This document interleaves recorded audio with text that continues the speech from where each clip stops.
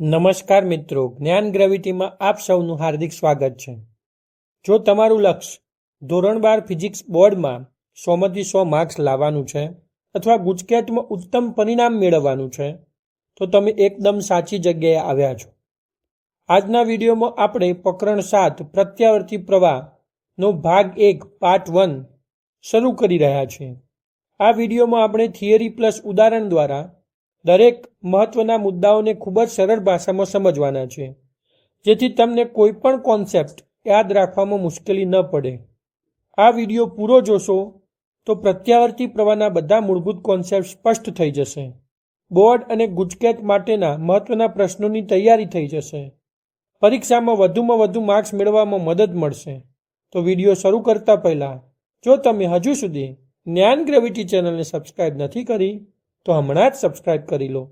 Bell icon દબાવો અને વિડીયોને લાઇક કરી તમારા મિત્રો સાથે જરૂર શેર કરો. ચાલો મિત્રો, કોઈ પણ સમય બગાડ્યા વગર શરૂ કરીએ ધોરણ 12 ફિઝિક્સ પ્રકરણ 7 પ્રત્યાવર્તી પ્રવાહ અને મેળવીએ ફિઝિક્સમાં 100માંથી 100.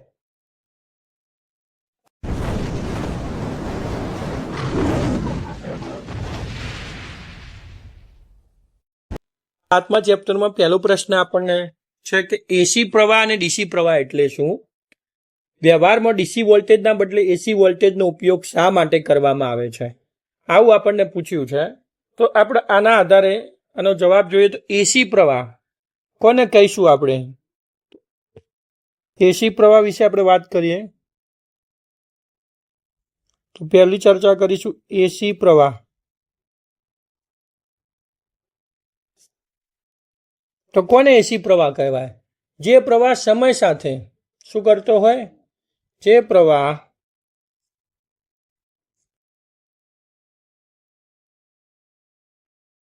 સમય સાથે આવર્ત વિધેય અનુસાર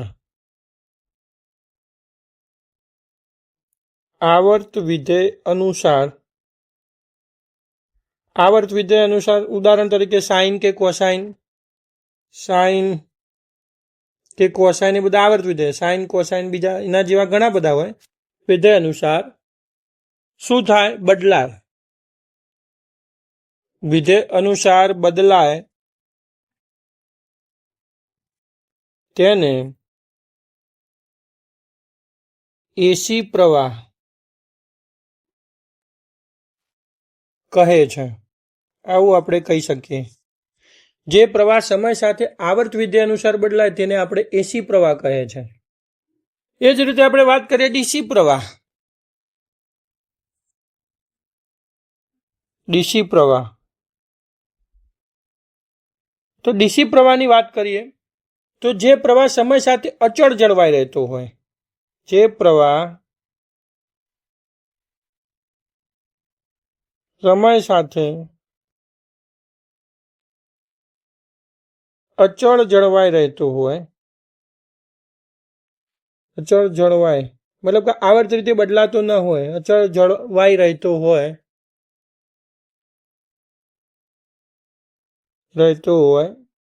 ટૂંકમાં આવર્ત રીતે બદલાતો ન હોય.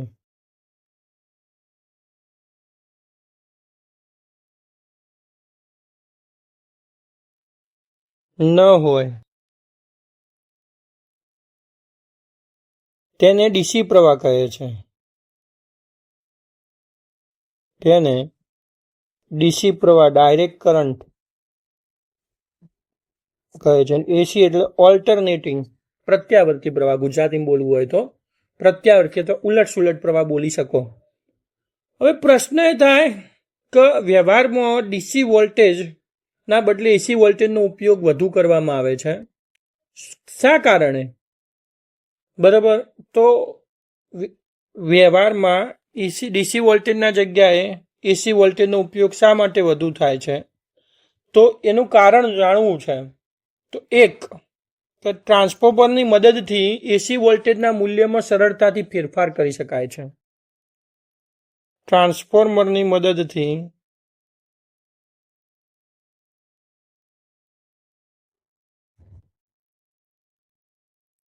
એસી વોલ્ટેજના મૂલ્યમાં વોલ્ટેજના મૂલ્યમાં સરળતાથી ફેરફાર કરી શકાય,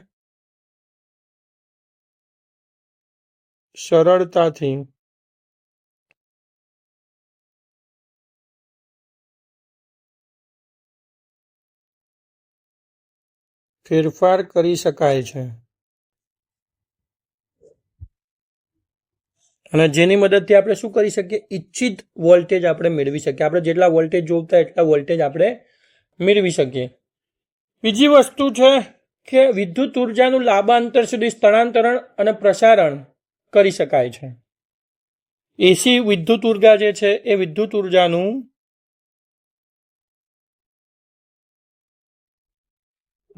ઉર્જાનું લાંબા અંતર સુધી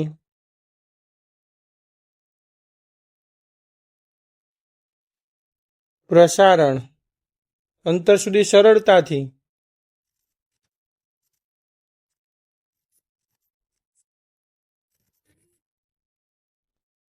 પ્રસારણ કરી શકાય છે.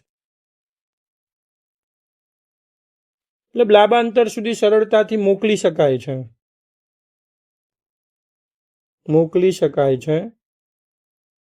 મતલબ કે શું થાય છે કે આમાં ઉર્જા વ્યય ઓછો હોય છે. એસી પ્રવાહમાં શું થાય છે, વિદ્યુત ઉર્જાનું અંદર જે ઉર્જા વ્યય છે એ શું થાય છે, ઉર્જા વ્યય ઘટાડી શકાય. ટૂંકમાં બોલવું હોય તો આને બોલી શકાય ઉર્જા વ્યય ઘટાડી શકાય છે.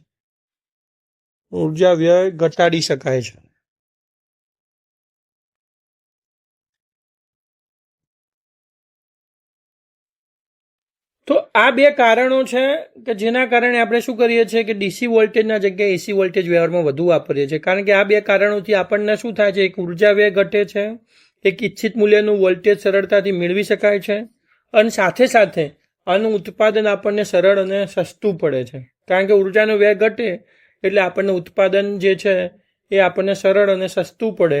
માટે આ કેવી છે, કોમ્પિટેબલ ઉર્જા મળી રહે. એક તો ઉર્જા વ્યય ઘટાડી શકાય, એનું ઉત્પાદન સરળ છે અને એને ઈચ્છિત મૂલ્યમાં ફેરવી પણ શકાય છે. આ બધા જે કારણો છે એ કારણોને કારણે આપણે વ્યવહારમાં મોટે ભાગે ડીસી વોલ્ટેજના બદલે એસી વોલ્ટેજનો ઉપયોગ કરીએ છીએ. બીજા પ્રશ્નમાં જોઈએ કે અવરોધકને લાગુ પાડેલ એસી વોલ્ટેજના કિસ્સામાં વિદ્યુત પ્રવાહનું સૂત્ર મેળવો તેમજ વોલ્ટેજ અને પ્રવાહ વચ્ચેનો કડા તફાવત દર્શાવતો આલેખ દોરો. તો આપણે જોઈએ કે આકૃતિમાં દર્શાવ્યા મુજબ આપણને એક એસી વોલ્ટેજ પ્રાપ્તિ સ્થાન આપેલું છે અને એની સાથે એક અવરોધ આપણે શ્રેણીમાં જોડેલો છે. અને આ રીતે આપણે એસી પ્રાપ્તિ સ્થાન સાથે અવરોધક સર્કિટ જોડેલી છે. બરાબર છે. તો હવે એ ધારો કે આપણે એવું વિચારીએ કે એસી પ્રાપ્તિ સ્થાનનો વોલ્ટેજ, ધારો કે આપેલ એસી પ્રાપ્તિ સ્થાનનો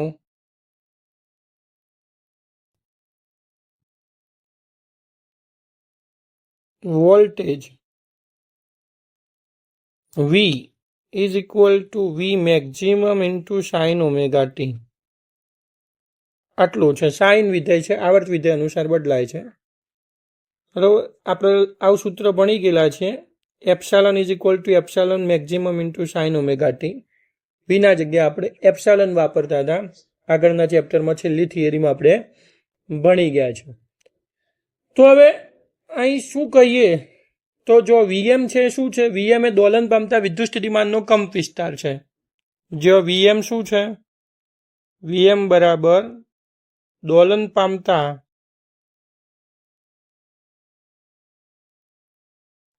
વોલ્ટેજનો કંપ વિસ્તાર છે. આનાથી વધારે મૂલ્ય ધારણ નહીં કરી શકે. મહત્તમ મૂલ્ય કેટલું છે, વીએમ છે વોલ્ટેજનું. અને ઓમેગા શું છે, કોણીય આવૃત્તિ છે. ઓમેગા શું છે આપણું, કોણીય આવૃત્તિ છે. હવે આપણે આ જે બંધ પરિપથ છે આકૃતિમાં દર્શાવેલ, આકૃતિ એમાં દર્શાવ્યા મુજબ બંધ પરિપથ પર કિર્ચોફનો નિયમ લાગુ પાડતા હવે કહી શકીએ આકૃતિ એમાં દર્શાવેલ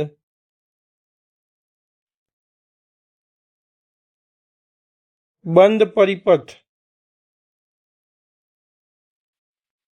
પર કિર્ચોફનો નિયમ લાગુ પડતા, કિર્ચોફનો કયો? લૂપનો નિયમ. કિર્ચોફનો લૂપનો નિયમ લાગુ પાડતા, નિયમ લગાડતા આપણે શું કહીશું? Vm sin omega T voltage છે અને અંદરથી પ્રવાહ પસાર કેટલો થાય? -IR. ધારો કે આમાંથી પસાર થતો પ્રવાહ આપણે એવું વિચારીએ કે જે પસાર થતો પ્રવાહ છે સ્મોલ આઈ હશે. આ રીતે ગમે તે દિશા તો ઉલટ સુલટ હોય એટલે આપણે એને દિશા ચોક્કસ દર્શાવી ના શકીએ એસી કરંટના જેમ, પણ આપણે એવું વિચારીએ કે આમાંથી પસાર થતો આવો ઉલટ સુલટ જે પ્રવાહ હશે એ કેવો હશે? આઈ હશે, એમ આપણે વિચારીએ છીએ. તો સ્મોલ આઈ પ્રવાહ પસાર થાય એટલે small I into R is equal to 0. This implies Vm sin omega t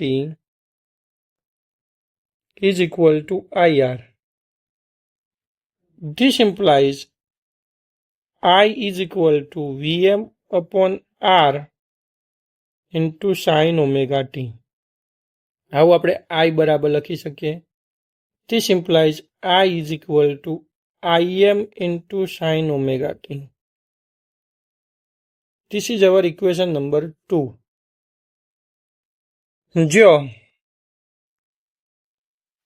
જો શું કહેવાય? અહીં લખો ને, જો Im બરાબર Vm upon R બરાબર શું થાય? દોલિત વિદ્યુત પ્રવાહનો કંપ વિસ્તાર. દોલિત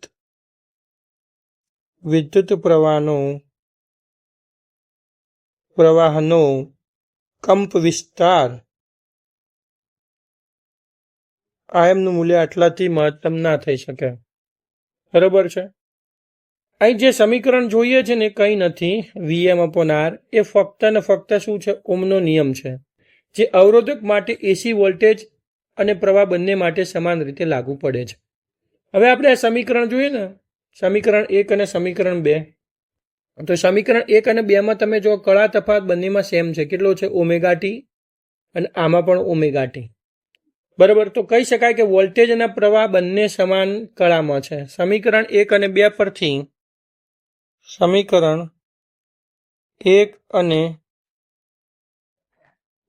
પરથી કહી શકાય કે માત્ર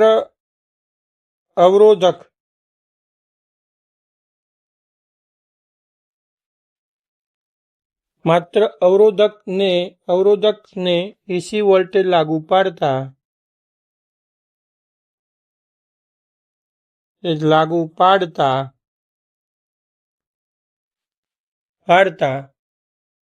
વોલ્ટેજ અને પ્રવાહ બંને સમાન કળામાં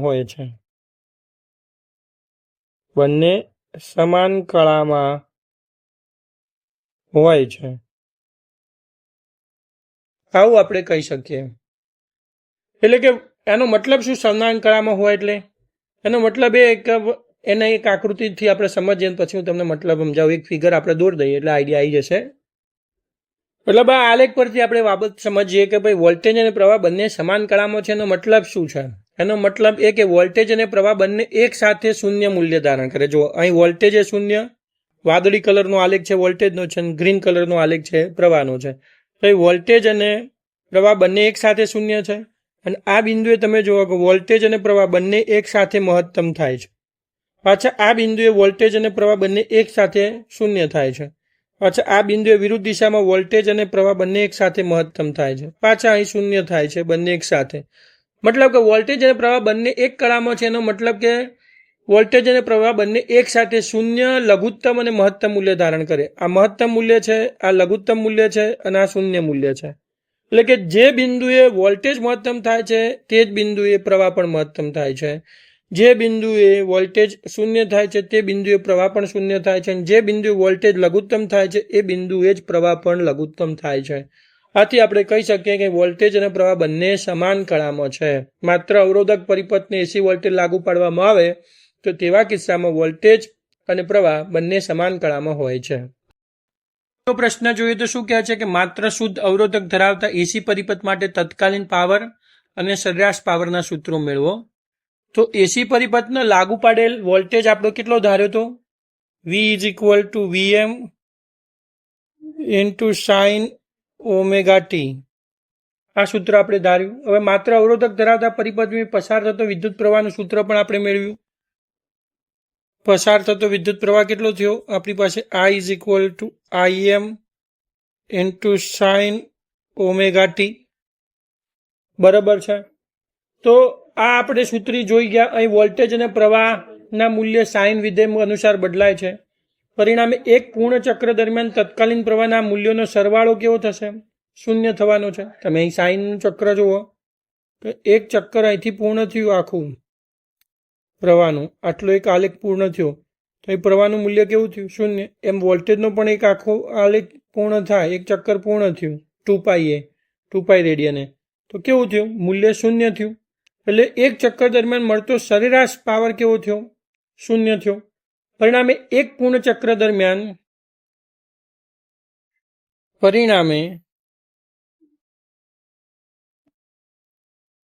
એક પૂર્ણ ચક્ર દરમિયાન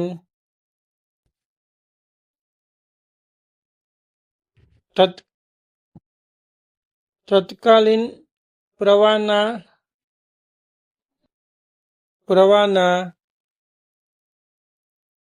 મૂલ્યોનો સરવાળો શૂન્ય થાય છે.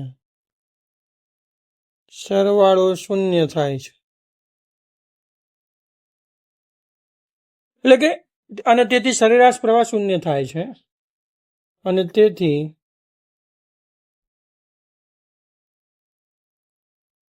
સરેરાશ પ્રવાહ કેવો છે? શૂન્ય છે. તેથી સરેરાશ પ્રવાહ પણ કેવો છે? શૂન્ય છે. અને વિદ્યુત ઉર્જાનો વ્યય થતો નથી.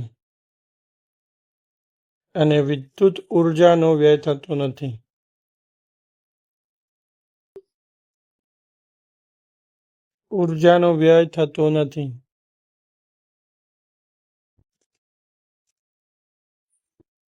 હવે આપણે જોઈએ કે પરિણામે એક પૂર્ણ ચક્ર દરમિયાન તત્કાલીન પ્રવાહના મૂલ્યોનો સરવાળો તો શૂન્ય થાય છે, સાથે સાથે સરેરાશ પ્રવાહ પણ કેવો થાય છે? શૂન્ય થાય છે. આનો અર્થ એ કે વપરાતો જે સરેરાશ પાવર છે એ શૂન્ય છે અને વિદ્યુત ઉર્જાનો વ્યય થતો નથી. એટલે કે સરેરાશ પાવર, વિદ્યુત ઉર્જાનો વ્યય થતો નથી, એટલે કે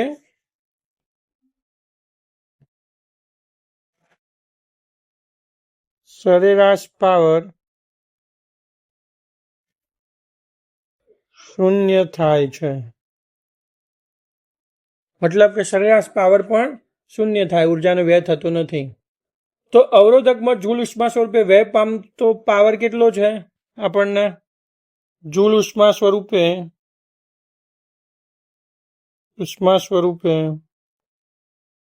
વ્યય પામતો પાવર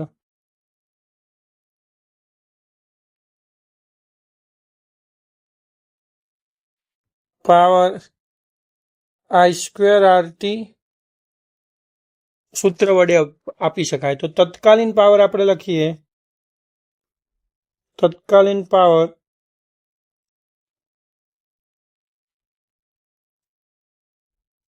આપણે લખી શકીએ. તત્કાલીન power P is equal two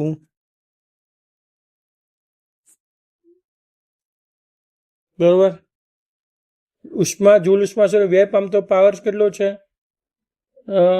I²RT સૂત્ર વડે આપણે આપીએ છીએ. તો તત્કાલીન power P is equal two I²R. બરાબર છે. આ રીતે લખી શકીએ છીએ. હવે અહીં I ની વેલ્યુ આપણે એડ કરી દઈએ સૂત્રમાં. તો અહીં I²R. તો I ની વેલ્યુ મૂકીએ તો I બરાબર શું થાય? આપણી પાસે IM into sine omega t નો હોલ સ્ક્વેર ઇન્ટુ R બરાબર આપણને તત્કાલીન પાવર કેટલો મળશે? IM નો square into R into sine square omega t. આ રીતે આપણને મળે છે. તો આ તત્કાલીન પાવરનું સૂત્ર થયું. આને આપણે સમીકરણ નંબર 1 કહીએ. હવે આપણે સરેરાશ પાવરનું સૂત્ર મેળવવું છે. તો સરેરાશ પાવર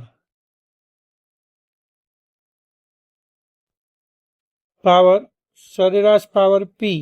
આ રીતે પણ આપણે સરેરાશનું ચિહ્ન લખી શકીએ, અથવા ઘણી જગ્યાએ સરેરાશ માટે ઉપર આવું બારનું ચિહ્ન લખેલું હોય તો પણ એ સરેરાશ પાવર છે. તો સરેરાશ પાવર બરાબર IM નો square into R into sine square omega t. આવું આપણી પાસે થશે. તો હવે આપણે લખી દઈએ ઇઝ ઇક્વલ ટુ. તો હવે આપણે આગળ લખીએ તો IM સ્ક્વેરનો સરેરાશ પાવર શું થયું? IM સ્ક્વેર ઇન્ટુ R અને સાઇન સ્ક્વેર ઓમેગા ટી એટલે 1 minus cos 2 omega t divided by 2. બરાબર. તો અહીં આપણે લખીએ આ રીતે IM square into R into minus 1/2 ની સરેરાશ કૌંસમાં માઇનસ સરેરાશમાં કોસ 2 ઓમેગા ટી બાય 2 એટલે આ રીતે લખી દઈએ. અથવા તો આપણે આને આ રીતે પણ બનાવી શકીએ કે 1/2 કોમન જ લઈ લઈએ. તો 1/2 કોમન લઈ લીધા એટલે સરેરાશ 1 માઇનસ કોસ 2 ઓમેગા ટી. આ રીતે તો આને કહી શકાય IM square into R into 1/2 એટલે IM square into R by 2. 1 નું સરેરાશ 1 માઇનસ કોસ 2 ઓમેગા ટી ની સરેરાશ વેલ્યુ. તો 1 ની તો 1 જ થાય છે એટલે IM square into R divided by 2 અને cos 2 omega t. Cos omega t કેવું છે? આવર્ત વિધેય છે. આપણને ખબર છે કોસનું મૂલ્ય થાય ને એક ચક્કર પરથી આ રીતે કોસનો આલેખ દોરીએ તો કોસનું મૂલ્ય કેવું છે? આ રીતે આલેખ દોરીએ ને તો કોસનું મૂલ્ય પણ એક ચક્કર પર કેવું થાય છે? પોતાના એક ચક્કર દરમિયાન તો મૂળ જગ્યાએ પાછું આવી જાય. એટલે કોસની વેલ્યુનો તફાવત પણ કેવું થાય? સરેરાશ વેલ્યુ કોસની કેવી થાય? 0 થાય. એટલે કોસની સરેરાશ વેલ્યુ પણ 0 થાય. તો આમ આપણે આ કોસની વેલ્યુ માઇનસ કરીને 0 મૂકીએ તો આમ આપણને સરેરાશ પાવર ધીસ ઇમ્પ્લાઇઝ સરેરાશ પાવર પી જે છે, અથવા તો આ રીતે સરેરાશ પાવર બરાબર આપણને શું થાય? IM square into R divided by 2 એટલે આ રીતે આપણને મળશે. તો આના IM square by 2 is equal to IRMS into R. આ રીતે પણ લખી શકીએ સરેરાશ પાવર પી. બરાબર. તો માત્ર અવરોધ ધરાવતા પરિપથમાં પાવર વ્યય કેવો હોય છે? મહત્તમ હોય છે. માત્ર અવરોધ ધરાવતા પરિપથમાં પાવર વ્યય માત્ર અવરોધ ધરાવતા પરિપથમાં પાવર વ્યય મહત્તમ હોય છે, આવું આપણે કહી શકીએ છીએ. તો અહીં તમને ખબર પડી કે પાવર વ્યય કેવી રીતે. કેટલાક વિદ્યાર્થીઓ કહે સાહેબ આ કોસ 2 ઓમેગા ટીનું સરેરાશ મૂલ્ય કેવી રીતે? તો આકૃતિ પરથી જ મેં તમને આલેખ પરથી તો સમજાવવાનો પ્રયત્ન કર્યો, પણ બીજી રીતે પણ સમજવું હોય તો આપણે એને સંકલનની મદદથી સમજીએ. હું એક્સ્ટ્રા તમને સમજાવું. તો એક પૂર્ણ ચક્ર દરમિયાન આપણે કોસ 2 ઓમેગા ટીની સરેરાશ વેલ્યુ શોધવી છે. તો એક પૂર્ણ ચક્ર દરમિયાન આપણે સરેરાશ વેલ્યુ કોસ 2 ઓમેગા 2ની આપણે આલેખની મદદથી સમજ્યા તો એ 0 જ થાય છે. પણ આપણે ગણતરીની મદદથી સમજવું છે. એક પૂર્ણ ચક્ર દરમિયાન લાગતો આવર્તકાળ કેટલો? 1/t અને 0 to t સુધી આપણે એક આવર્તકાળ સુધી ભ્રમણ કરવું છે. Cos 2 omega T into DT આવું એક સંકલન લેવું પડે એક પૂર્ણ ચક્ર માટે. તો એ શું થાય? 1/t કોસ 2 ઓમેગા ટીનું સંકલન લઈએ તો આપણને શું મળશે? Sine 2 omega t divided by 2 omega 0 to t. બરાબર છે.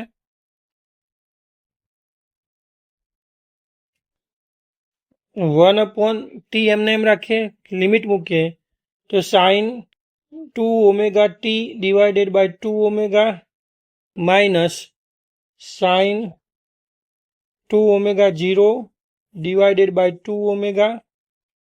કામ પૂરું. બરાબર આપણે શું લખી શકીએ? 1/t ક્રોસ 1/2 ઓમેગા કોમન લઈ લઈએ આપણે 12 અને sine 2 omega t minus 0 is equal to 1/t is equal to 2 pi by omega cross 1/2 omega. આ બે જતા રહ્યા. ઓમેગા એટલે 1/4 પાઈ વધશે આગળ. અહીં શું થાય? Sine 2 cross omega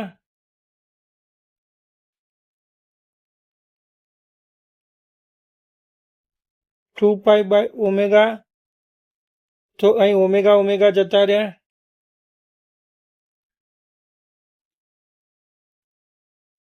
one upon 4 પાઈ અને કૌંસમાં કીધું સાઇન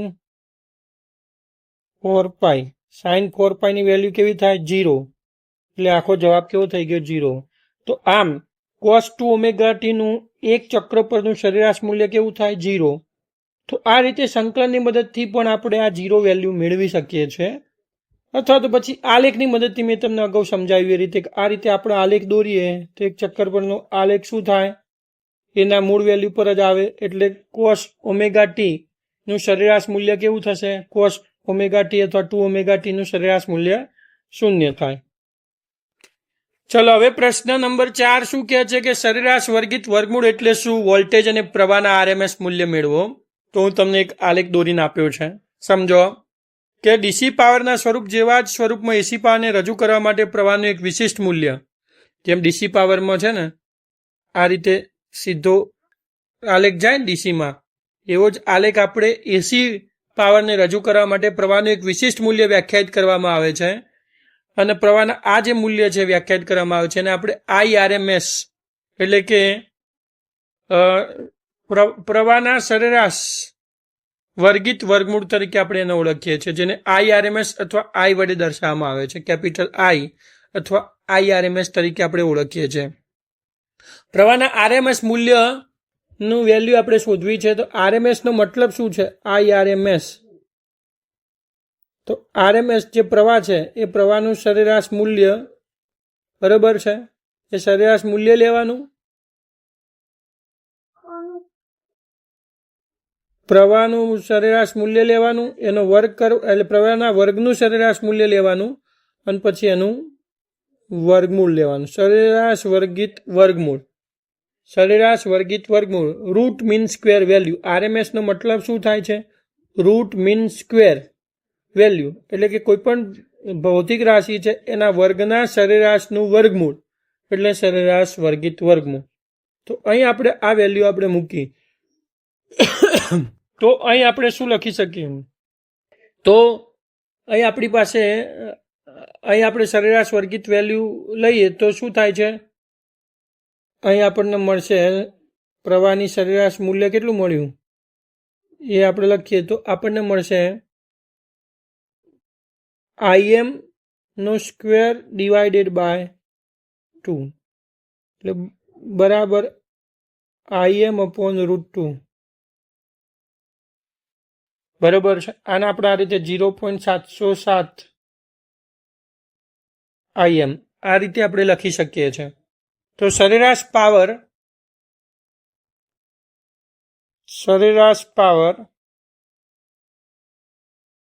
એટલે કે પ્રવાહના સ્વરૂપમાં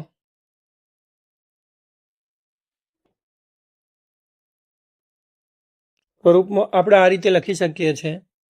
સરેરાશ power P bar is equal two 1/2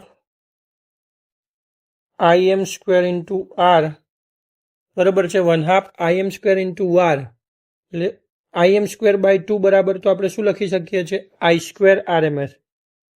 I square RMS into R આ રીતે પણ આપણે સરેરાશ પાવરને લખી શકીએ છીએ.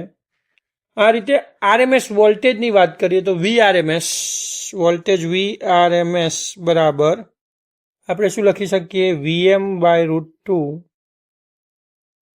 બરાબર 0.707 VM એટલે શું? દોલિત જે વોલ્ટેજ છે એનો કંપ વિસ્તાર એટલે કે મહત્તમ વોલ્ટેજ બોલવું હોય તો પણ બોલી શકાય. તો આ રીતે આપણે લખી શકીએ છીએ. હવે આપણે ઓમના નિયમ અનુસાર VM is equal two IM/R આ રીતે લખી શકીએ છીએ. તો બંને બાજુથી સિમ્પ્લાઇઝ આપણે આ રીતે લખી શકીએ VM/√2 is equal two IM/√2 into R. થી સિમ્પ્લાઇઝ VM/√2 એટલે VRMS is equal to IRMS into R. આપણે ઓમનો નિયમ પણ મેળવી ચૂક્યા, બરાબર છે. આ રીતે તો આ રીતે આપણે સૂત્રો લખી શકીએ છીએ. અહીં પાવર માટે પણ આ રીતે આપણે લખી શકીએ સરેરાશ power P is equal to V જે આપણો છે ઓમના નિયમ અનુસાર V² RMS અપોન R. આ રીતે પણ આપણે સરેરાશ પાવર લખી શકીએ. તો આમ આપણે સરેરાશ વર્ગિત વર્ગમૂળ એટલે શું એને સમજ્યા. કોઈ પણ ભૌતિક રાશિ હોય એ ભૌતિક રાશિના વર્ગના સરેરાશનું વર્ગમૂળ એટલે સરેરાશ વર્ગિત વર્ગમૂળ. અહીં શું કામ આપણે ભણવું પડે છે? તો જેમ ડીસી પાવરના સ્વરૂપ જેવા જ સ્વરૂપમાં એસી પાવરને રજૂ કરવા માટે આપણે પ્રવાહનું એક વિશિષ્ટ મૂલ્ય વ્યાખ્યાયિત કરવું પડે છે, જેને આપણે શું કહીએ છીએ સરેરાશ વર્ગિત વર્ગમૂળ તરીકે ઓળખીએ છીએ, જેને આપણે IRMS તરીકે દર્શાવીએ છીએ. એટલે ડીસી પાવર જેવા જ સ્વરૂપમાં આપણે એસી પાવરને દર્શાવવો હોય તો આપણને IRMS VRMS ની જરૂર પડે અને એના પરથી જ આપણે PRMS સરેરાશ પાવર P મેળવી શકીએ. તો આ રીતે આપણે સરેરાશ વર્ગિત વર્ગમૂળની માહિતી મેળવી. હવે આપણે પાંચમો પ્રશ્ન જોઈએ. ઘૂમતા સદિશો ફેઝર્સ વડે એસી પ્રવાહ અને વોલ્ટેજની રજૂઆત સમજાવો. આવો પ્રશ્ન આપણને પૂછ્યો છે. તો એસી પરિપથમાં પ્રવાહ અને વોલ્ટેજ વચ્ચેનો કળા સંબંધ દર્શાવવા માટે જે સદિશ વપરાય છે એ સદિશને આપણે ફેઝર્સ તરીકે ઓળખીએ છીએ. એટલે કે જે કળા સંબંધ છે પ્રવાહ અને વોલ્ટેજ વચ્ચે એ દર્શાવવા માટે આપણે ફેઝરનો ઉપયોગ કરીએ છીએ. ફેઝર એક સદિશ છે જેમાં આવર્ત રીતે બદલાતી જતી રાશિઓને સદિશ રૂપે રજૂ કરવામાં આવે છે. જે રાશિઓ સમય સાથે નિશ્ચિત રૂપે બદલાતી હોય, આવર્ત રીતે બદલાતી હોય એવી રાશિઓને દર્શાવવા માટે ફેઝર નામના સદિશથી આપણે એની રજૂઆત કરીએ છીએ. હવે ફેઝર આપણે દોરવો છે તો કેવી રીતે દોરી શકીએ? તો આપણે કાર્ટેશિયન યામાક્સ પદ્ધતિ આ રીતે લઈએ.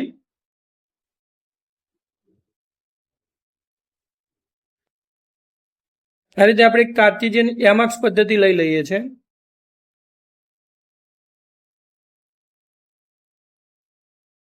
હવે આ કાર્ટેશિયન યામાક્સ પદ્ધતિમાં આપણે ફેઝર દોરવો છે.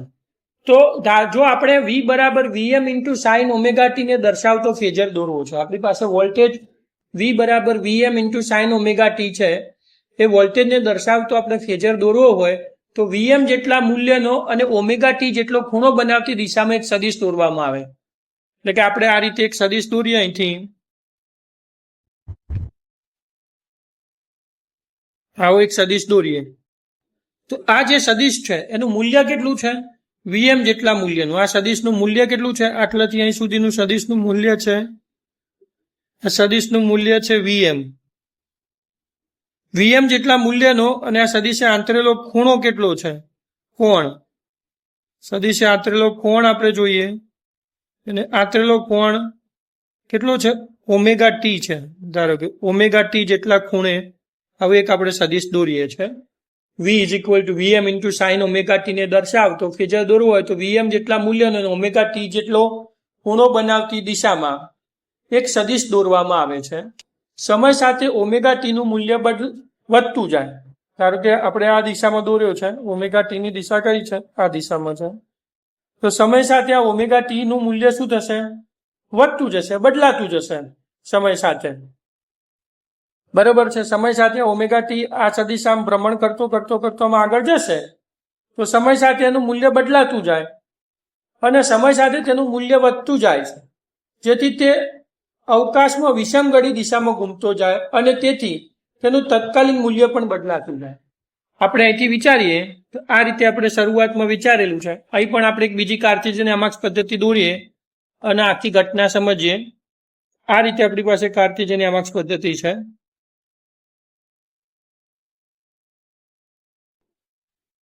આ રીતે આપણે કાર્ટેશિયન એમાક્સ પદ્ધતિ દોરીએ.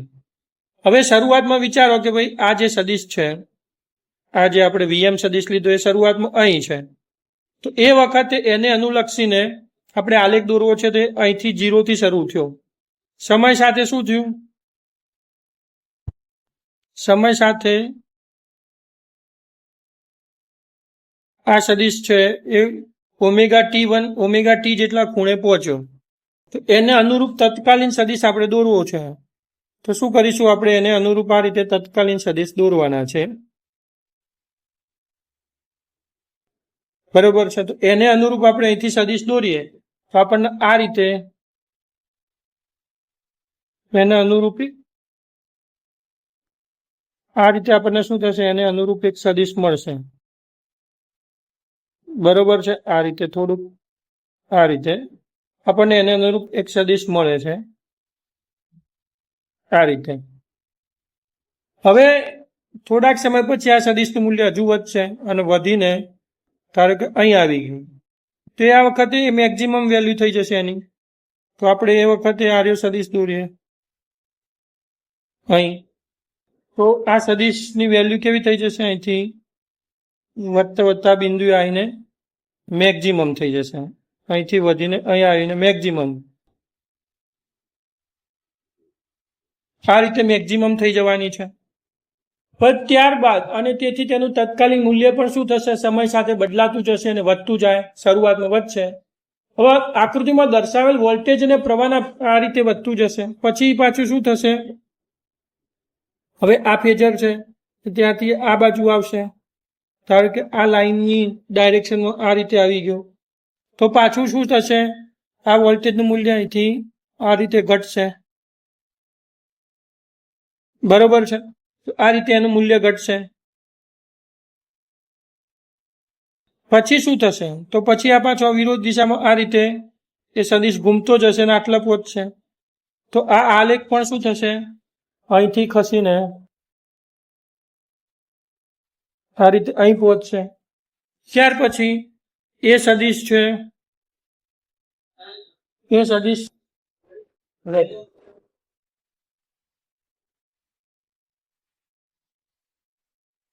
તો હવે આ સદિશ છે એ હવે નીચે તરફ જાય. કારણ કે આ સદિશ અહીં ક્યાંક આવીને ઉભો રહ્યો.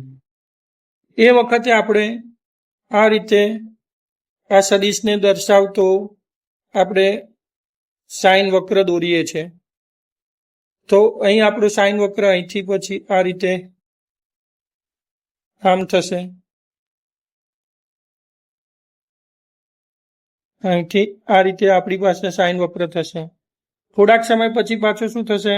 એ સદિશ અહીં પહોંચી ગયો ધારો કે. તો હવે એનું વિરુદ્ધ દિશામાં મહત્તમ મૂલ્ય આપણને મળશે આ રીતે. તો સદિશ અહીંથી આ રીતે એટલે વિરુદ્ધ દિશામાં મહત્તમ થશે. અહીંથી આ વિરુદ્ધ દિશામાં અહીંથી આ રીતે મહત્તમ મૂલ્ય ધારણ કરશે. પછી પાછો વધશે અને આ રીતે આગળ થઈને 0 થશે. બરોબર છે. તો આ રીતે આપણે વિચારીએ છીએ કે આ રીતે સદિશ શું થશે? એની વેલ્યુ સતત બદલતું જશે અને પછી પાછો ઘૂમીને ક્યાં આવશે? સદિશ પોતાના મૂળ માર્ગે પાછો આવી જશે. તો આ રીતે કોઈ ઘૂમતો સદિશ છે. બરોબર છે. આ રીતે કોઈ ભૌતિક રાશિ છે એનો કળા સંબંધ સતત બદલાતો જતો હોય તેમનો કળા સંબંધ દર્શાવવા માટે આવી ઘૂમતો સદિશ દર્શાવવા માટે આ રીતે આ સદિશ શું છે? ઘૂમે છે, બદલાય જાય છે, પોતાનું સ્થાન બદલતું જાય છે, ફરે જાય છે. તો આવો જે બે રાશિઓ વચ્ચેનો સંબંધ કળા સંબંધ બદલાતો જતો હોય તેને દર્શાવવા માટે આવો એક ઘૂમતો સદિશ આપણે રજૂ કરીએ છીએ. અને આ ઘૂમતા સદિશની મદદથી આપણે આ બે ભૌતિક રાશિઓ વચ્ચેનો સંબંધ મેળવી શકીએ છીએ. બરોબર છે. તો આ રીતે આપણે ઘૂમતા સદિશને સમજીએ છીએ. તો આકૃતિમાં દર્શાવેલ વોલ્ટેજ અને પ્રવાહના ફેઝર આ જેમ આપણે આ વોલ્ટેજનો ફેઝર દર્શાવ્યો તેમ આપણે અહીં પ્રવાહનો પણ ફેઝર આ રીતે પ્રવાહનો ફેજર પણ આ રીતે આપણે પ્રવાહનો પણ ગુમતો સદિશ આ રીતે દર્શાવવો હોય તો આ રીતે પ્રવાહનો ગુમતો સદિશ આપણે દર્શાવી શકીએ. બરાબર. કેસરી કલરનો જે સદિશ છે પ્રવાહનો ગુમતો સદિશ છે. બરાબર છે. અને એ પણ ઓમેગા કોણીય ઝડપથી ભ્રમણ કરે છે. તો વી અને આઈ ફેજર્સના ઉર્ધ્વ ઘટકો સાઇન વક્ર અનુસાર બદલાતી રાશિઓ વી અને આઈ ને રજૂ કરે છે. એ આપણે અહીં જોઈ ગયા. બરાબર છે. તો અહીં આપણે આ રીતે દોરવો હોય પ્રવાહનો વક્ર તો પણ પ્રવાહનો વક્ર પણ આપણે આ રીતે દોરી શકીએ.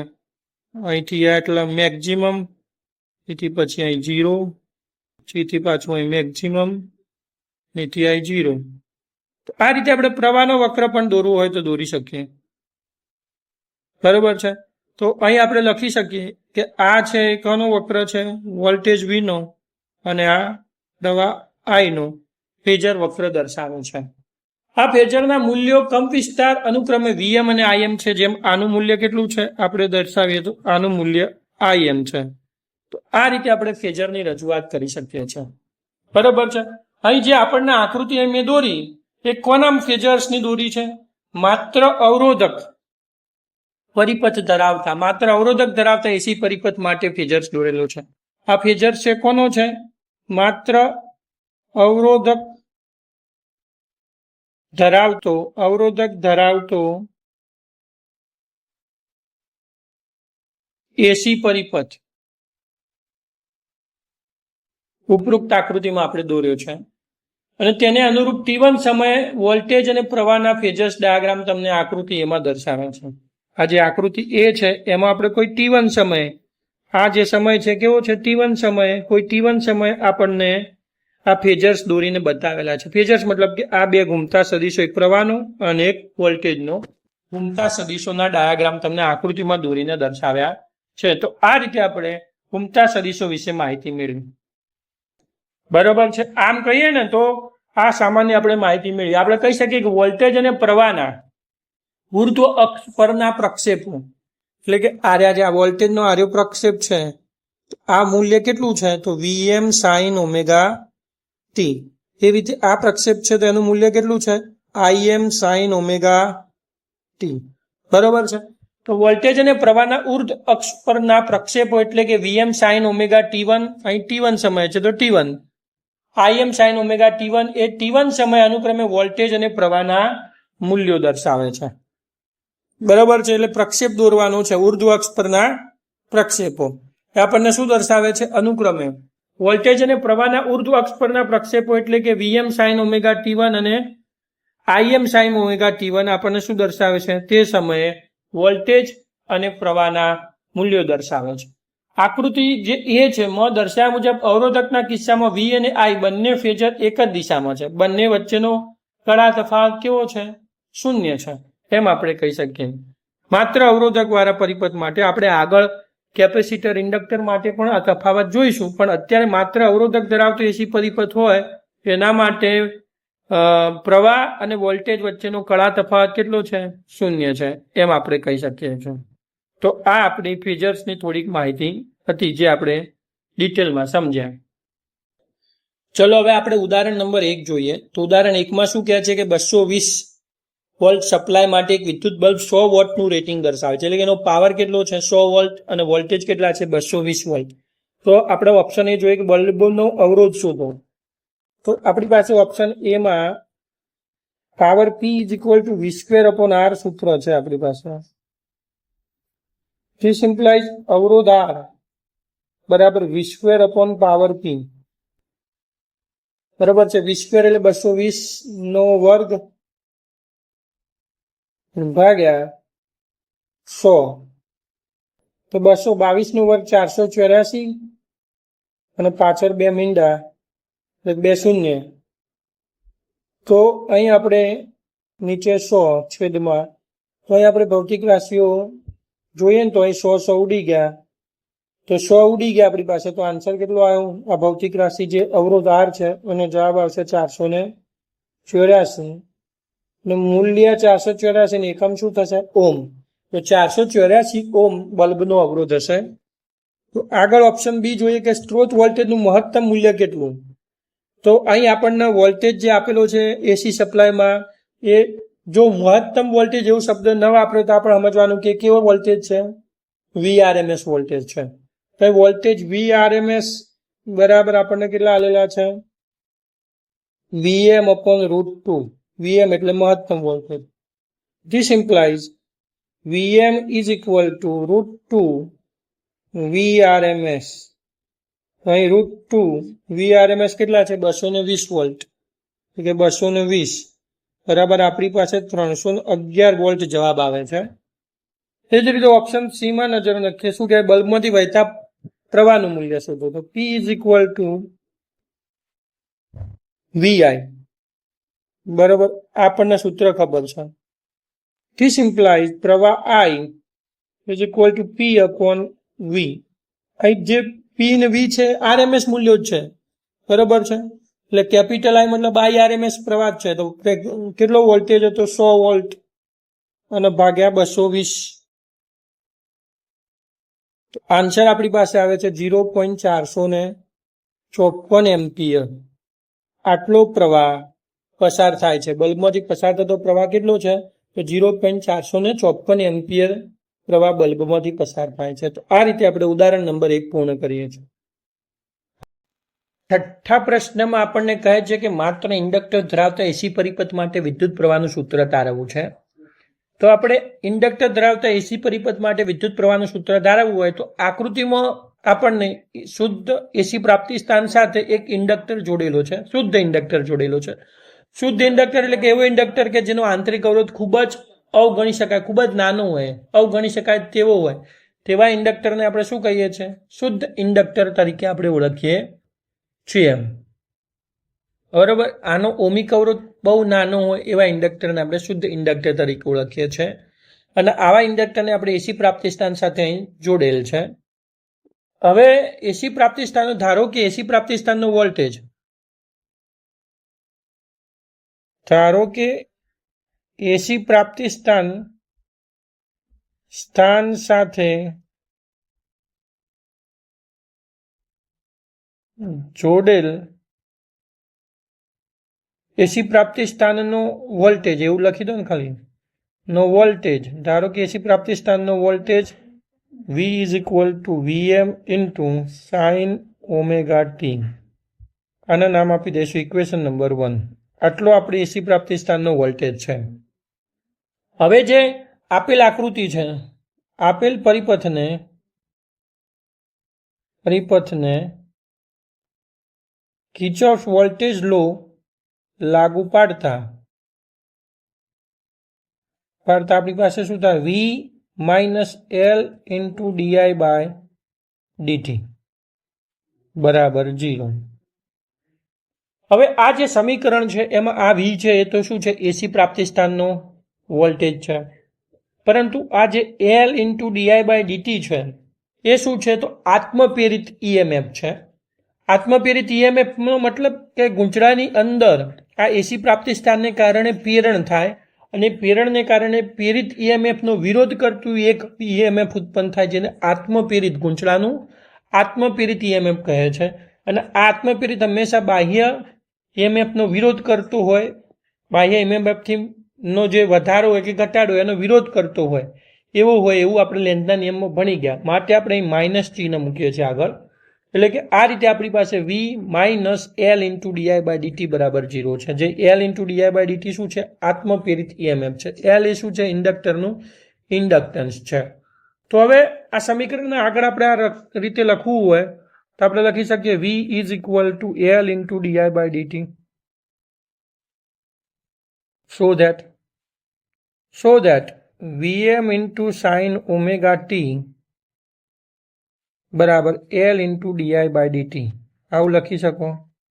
This implies di is equal to Vm/L into sine omega T into dt. તો હવે આપણને આવું મળી ગયું. હવે શું કરીએ, તો હવે આપણે આનું સંકલન કરીએ બંને બાજુ. ઇન્ટિગ્રેશન di બરાબર Vm/L integration of sine omega T into dt. હવે જે સંકલન છે કેવું છે, અનિયત સંકલન છે. એટલે અહીં આઈ મૂકીએ, અહીં વીએમ અપોન એલ એમને એમ થઈ જાય, સાઇન ઓમેગા ટીનું ઇન્ટિગ્રેશન થાય minus cos omega t divided by omega. તો ઓમેગા નીચે લખતા નથી, અહીં આગળ લખી દઉં છું એલની જોડે ઓમેગા એલ. ઓકે, આટલું થઈ ગયું. અને અહીં અનિયમિત સંકલન છે એટલે આનો એક સંકલન અચળાંક C1 મળશે, આનો એક સંકલન અચળાંક C2 મળશે, અને બંનેના ભેગા થઈને એક પરિણામી સંકલન અચળાંક C આપણને મળશે. તો આ થયું આપણું એક પરિણામી સંકલન અચળાંક C. આને આપણે નામ આપી દઈએ ઇક્વેશન નંબર 2. હવે શું કરવું છે કે ભાઈ આપણે સંકલન અચળાંકની વેલ્યુ મેળવવી છે, એટલે કે શરૂઆતની સ્થિતિ લેવી પડે.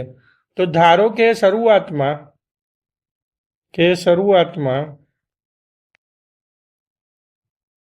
સમય t બરાબર 0 હોય ત્યારે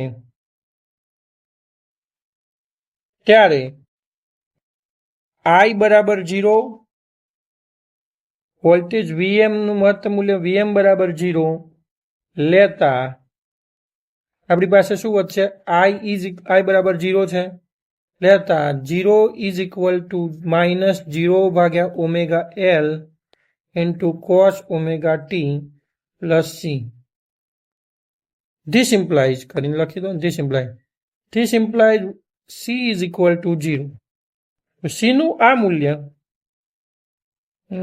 આ મૂલ્ય સમીકરણ 2 માં મૂકતા આપણને શું મળશે? તો સી નું આ મૂલ્ય સમીકરણ 2 માં મૂકીએ તો આપણી પાસે આવશે I is equal to Vm upon omega L minus into cos omega t plus C એટલે 0. આવું આપણને મળ્યું. ધીસ ઇમ્પ્લાઇઝ આપણે અહીં લખીશું I ઇઝ ઇક્વલ ટુ, આપણે આવું લખીએ છીએ minus Vm upon omega L, cos omega T ના જગ્યાએ આ માઇનસ કાઢી નાખીએ આપણે, અને આપણે આ રીતે લખીએ Vm અપોન ઓમેગા એલ, અને લખીએ sine omega t minus pi by 2. Sine omega t minus pi by t is equal to minus cos omega t. એટલે આ માઇનસ કોસ ઓમેગા ટીનું માઇનસ અંદર આપણે લઈ લીધો, તો આને આપણે આ રીતે લખી શકીએ. ધીસ ઇમ્પ્લાઇઝ આપણે લખી શકીએ I ઇઝ ઇક્વલ ટુ, અહીં Vm અપોન ઓમેગા એલ છે એના જગ્યાએ આપણે લખીશું Im into sine omega t minus pi by 2. This is our equation number 3. Okay, આ ત્રીજું ઇક્વેશન છે. હવે આ ઇક્વેશન પરથી જ્યાં Im is equal to Vm upon omega L બરાબર શું થાય, દોલિત પ્રવાહનો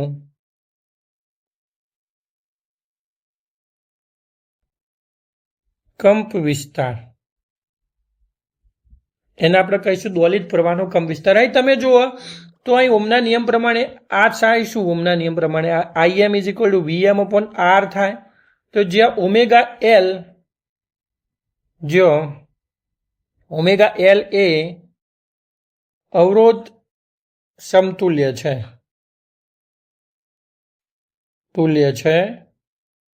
જેને ઇન્ડક્ટિવ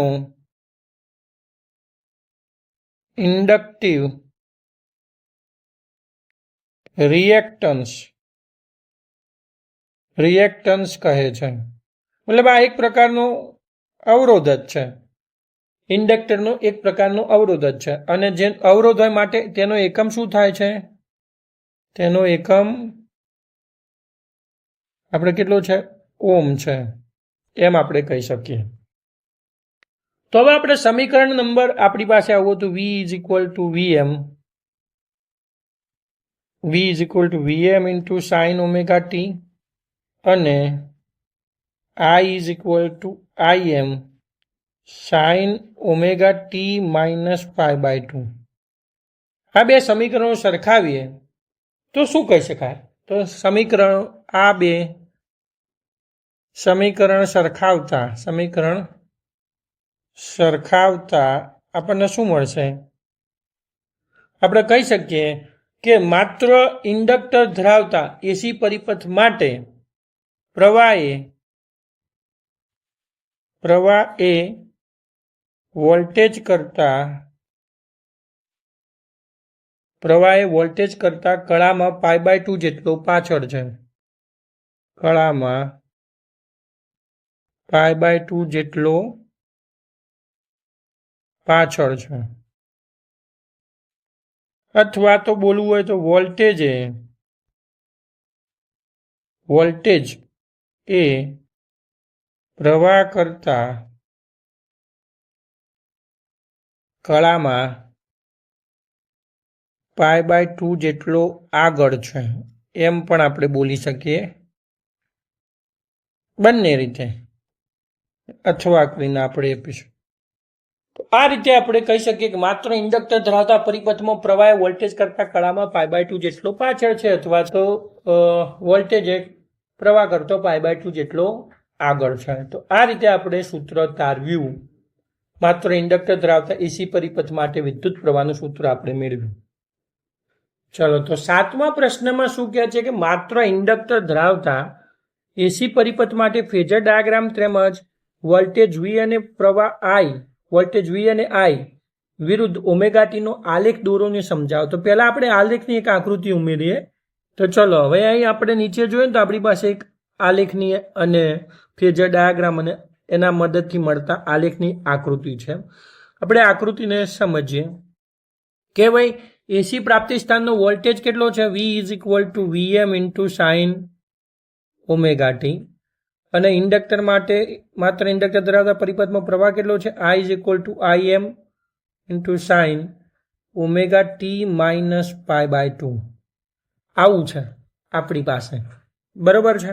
તો આ બંને સમીકરણની સરખામણી આપણે કરીએ તો આપણને ખબર પડે છે કે અહીં પ્રવાહ વોલ્ટેજ કરતા કળામાં કેટલો છે? π/2 જેટલો પાછળ છે, અથવા તો 1/4 ચક્ર પાછળ છે. π/2 મતલબ કે આવા 1π/2, 2π/2, 3π/2, 4π/2 ભેગા થાય ત્યારે એક ચક્કર પૂર્ણ થાય.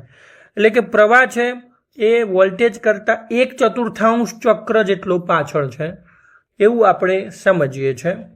તો હવે આકૃતિમાં જુઓ કે કોઈ સમય t1 માટે આપણને કોઈ t1 સમય વોલ્ટેજ V અને પ્રવાહ I નો આલેખ દર્શાવેલો છે, બરાબર છે. કોઈ સમય t1 માટે વોલ્ટેજ અને પ્રવાહના ફેઝર દર્શાવેલ છે.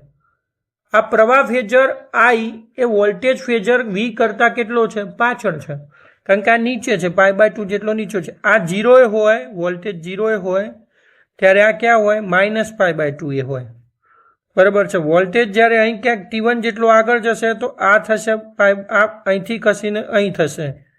એટલે કે વોલ્ટેજ કરતાં π/2 જેટલો કળામાં પાછળ છે, બરાબર. વોલ્ટેજ અડધું મતલબ ચોથા ભાગનું ચક્કર પૂરું કરે ત્યારે આને હવે ચક્કર મારવાની શરૂઆત કરી હોય. પ્રવાહ અહીં 0 હોય ત્યારે વોલ્ટેજ ક્યાં હોય? 90 ડિગ્રી, એટલે π/2 હોય. પ્રવાહ જ્યારે 90 પહોંચે ત્યારે વોલ્ટેજ ક્યાં પહોંચે? 180 ડિગ્રીએ.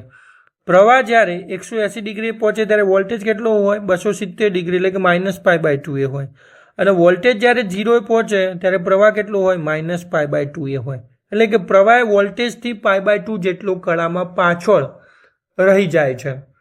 જ્યારે તેમને કોણીય આવૃત્તિ ઓમેગા સાથે વિષમગડી દિશામાં ભ્રમણ કરવામાં આવે ત્યારે સમીકરણ V = Vm × sin omega t અને I = Im × sin omega T - π/2 દ્વારા રજૂ થતા અનુક્રમે વોલ્ટેજ અને પ્રવાહ રચાય.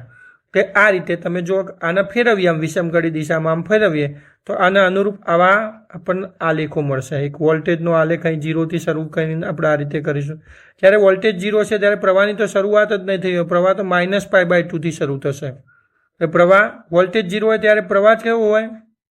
-π/2 બરાબર. એટલે મહત્તમ મૂલ્ય હોય પણ કેવું? લઘુત્તમ મૂલ્ય હોય, એટલે પાછળ હોય એટલું π/2 જેટલો. જ્યારે વોલ્ટેજ મહત્તમ થાય ત્યારે પ્રવાહ કેવો થશે? એ બિંદુએ 0 થશે. જ્યારે વોલ્ટેજ 0 થાય ત્યારે પ્રવાહ કેવો થાય? મહત્તમ થાય. એટલે કે વોલ્ટેજ π હોય ત્યારે પ્રવાહ કેટલો હોય? π/2 હોય, બરાબર. એટલે મહત્તમ વેલ્યુ હોય પ્રવાહ એનું કેવી હોય? મહત્તમ વેલ્યુ પહોંચી ગયો હોય, બરાબર. તો આ રીતે આમાં જોઈ શકીએ છીએ કે જ્યારે વોલ્ટેજ 0 થાય ત્યારે પ્રવાહ મહત્તમ થાય છે, જ્યારે વોલ્ટેજ મહત્તમ થાય ત્યારે પ્રવાહ 0 થાય છે. આ બાબત આપણે આલેખ પરથી મેળવી શકીએ છીએ અને આ રીતે આલેખ આપણે સમજી શકીએ છીએ. એટલે કે અહીં જે બે આલેખો છે એમાં જુઓ તો આ મહત્તમ અને આ શૂન્યતમ, એટલે આ બે વચ્ચેનો તફાવત કેટલો છે? π/2. આ 0 વોલ્ટેજ શૂન્ય, પ્રવાહ મહત્તમ, તે બંને વચ્ચેનો તફાવત કેટલો છે? π/2. તો આ રીતે આપણે કહી શકીએ કે બે આલેખો વચ્ચેનો જે તફાવત મળે છે, કળા તફાવત, એ કેટલો છે? આપણને π/2 મળે છે. ચલો, 8મા પ્રશ્નમાં આપણને શું કહે છે કે માત્ર ઇન્ડક્ટર ધરાવતા એસી પરિપથ માટે તત્કાલીન પાવર અને સરેરાશ પાવર મેળવો. આવો પ્રશ્ન આપણને પૂછ્યો છે. તો આપણે અહીં એસી પરિપથનો વોલ્ટેજ કેટલો છે? આપણને ખબર છે voltage V = Vm × sin ωt છે.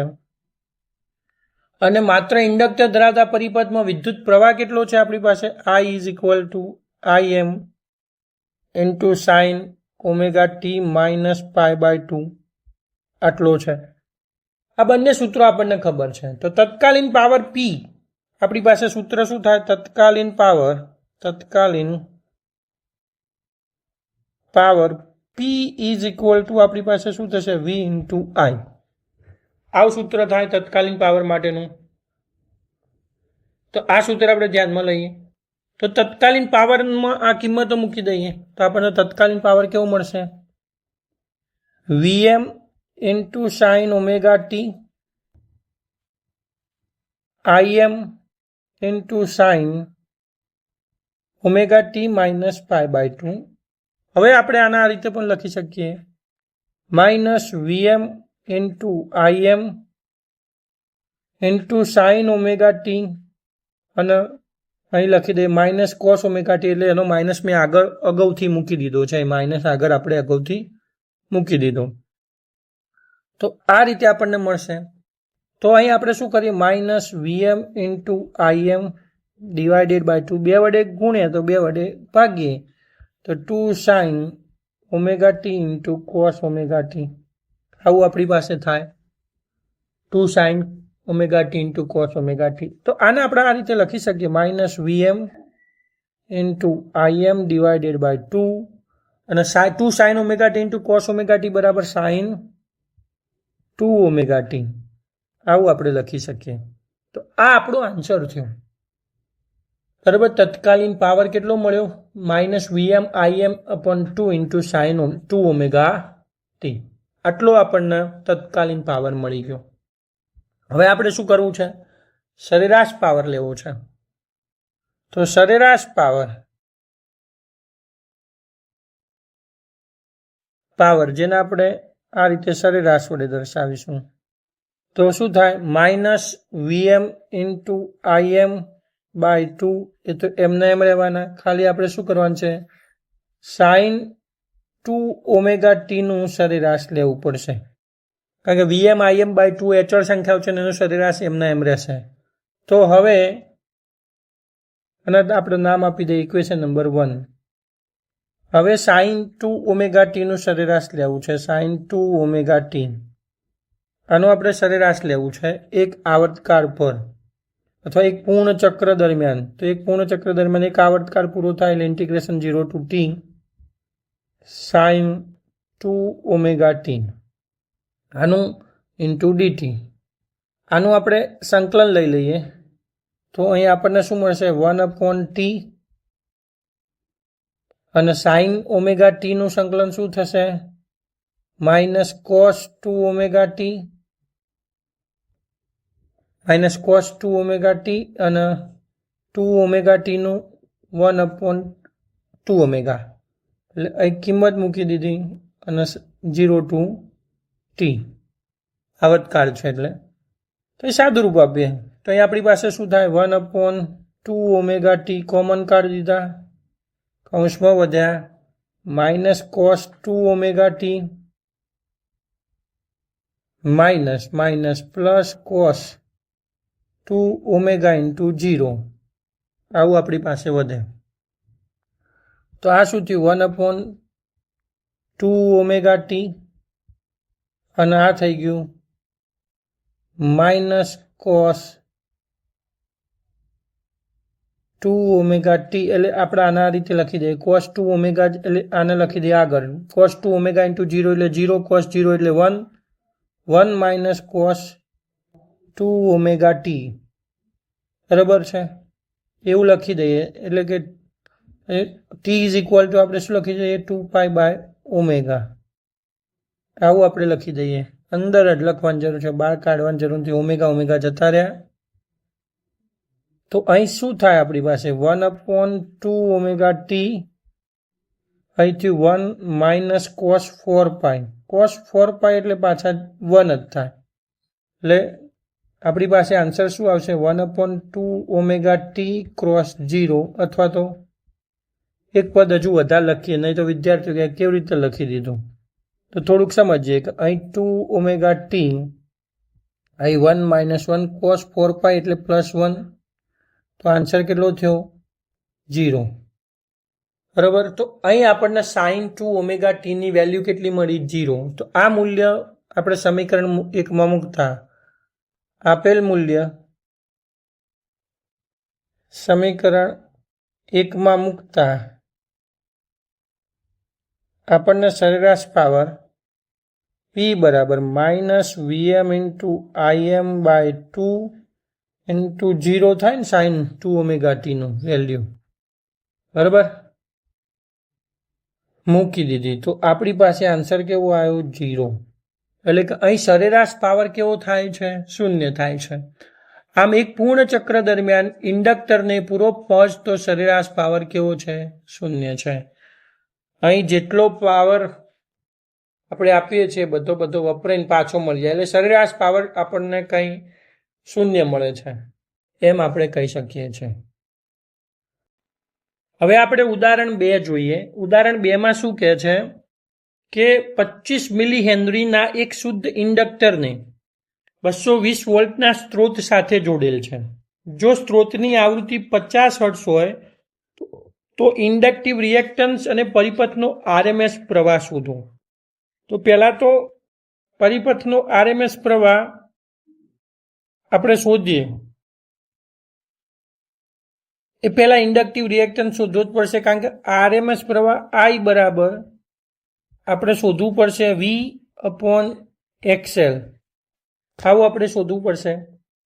એટલે આપણે પહેલા તો XL શોધવા પડશે. એટલે XL શોધવા માટે આપણે પહેલા સૂત્ર વાપરીશું XL = ωL. સૂત્ર વાપરીશું XL = ωL. પણ ઓમેગા આપણને નથી ખબર, એટલે ઓમેગાની જગ્યાએ 2πf × L, કારણ કે આવૃત્તિ f ખબર છે. તો અહીં થાય 6.28 × આવૃત્તિ f એટલે 50 × ઇન્ડક્ટર L એટલે 25 × 10⁻³ આ બધી કિંમતો મૂકવાની છે. આનું સાદુરૂપ આપીએ આપણે તો આપણને જવાબ આવશે 7.85 ઓહ્મ. આટલો આપણો ઇન્ડક્ટિવ રિએક્ટન્સ થઈ ગયો. હવે પરિપથનો RMS પ્રવાહ I = V/XL. તો V કેટલા છે, VRMS કેટલા છે આપણી પાસે 220 વોલ્ટ અને XL કેટલા છે 7.85 ઓહ્મ. તો આપણી પાસે જવાબ આવશે 28 એમ્પિયર. આટલો પ્રવાહ પરિપથમાંથી RMS પ્રવાહ વહન પામે છે એમ આપણે કહી શકાય. તો અહીં આપણું ઉદાહરણ 2 પૂર્ણ. ચલો હવે 9મો પ્રશ્ન આપણને શું કહે છે, માત્ર કેપેસિટર ધરાવતા એસી પરિપથ માટે વિદ્યુત પ્રવાહનું સૂત્ર મેળવો. આવું આપણને કહેવામાં આવ્યું છે. તો આપણે આકૃતિ દોરી છે કે આકૃતિમાં દર્શાવ્યા મુજબ કેપેસિટરને આપણે એસી પ્રાપ્તિસ્થાન સાથે જોડેલો છે. ધારો કે એસી પ્રાપ્તિસ્થાનનો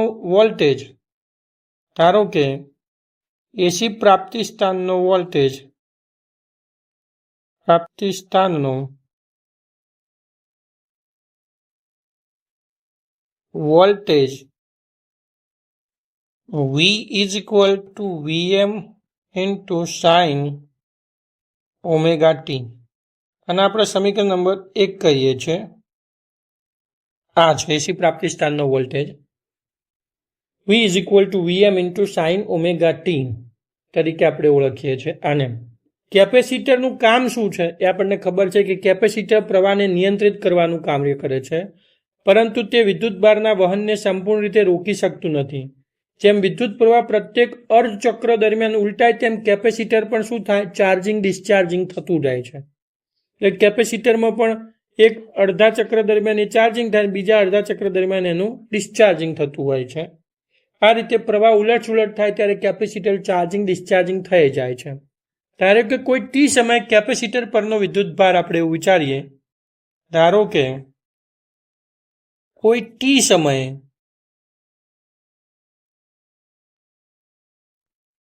કેપેસિટર પરનો વિદ્યુતભાર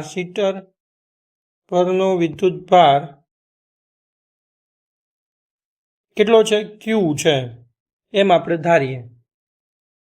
આટલું આપણે ધારી દઈએ શરૂઆતમાં કે ધારો કે કોઈ ટી સમય કેપેસિટર પરનો વિદ્યુતભાર કેટલો છે? ક્યુ છે. તો હવે આ જે સર્કિટ છે એના માટે આપણે કિર્ચોફનો નિયમ લાગુ પાડવો છે.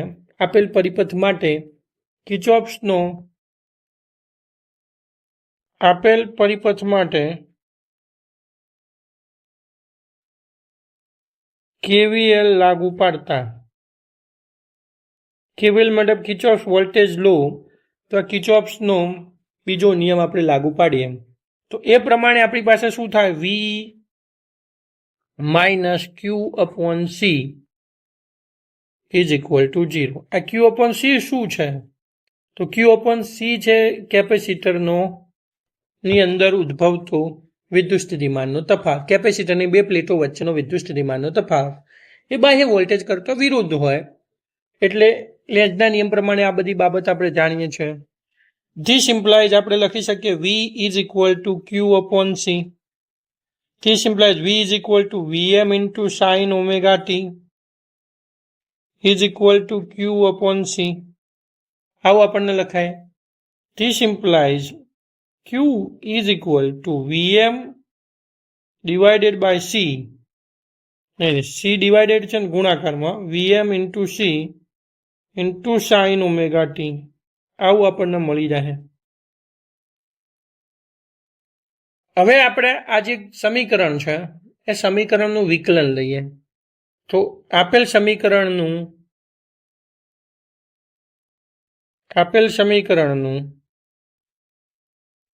સમયની સાપેક્ષે વિકલન લેતા, સમયની સાપેક્ષે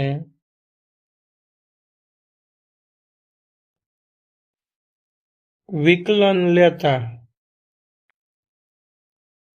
આપણને કેટલું શું મળશે? તો વિકલન લેતા આપણને મળશે dq by dt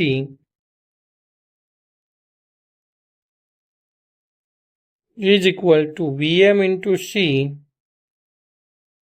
d by dt, કારણ કે Vm into C અચળ સંખ્યા છે, ઇન્ટુ સાઇન ઓમેગા ટી. સમયની સાપેક્ષે Vm અને C અચળ છે એટલે એનું આપણે વિકલન બહાર લઈ લઈએ છીએ. તો dq by dt એટલે પ્રવાહ I બરાબર Vm into C sine omega ટીનું વિકલન થાય કોસ ઓમેગા ટી.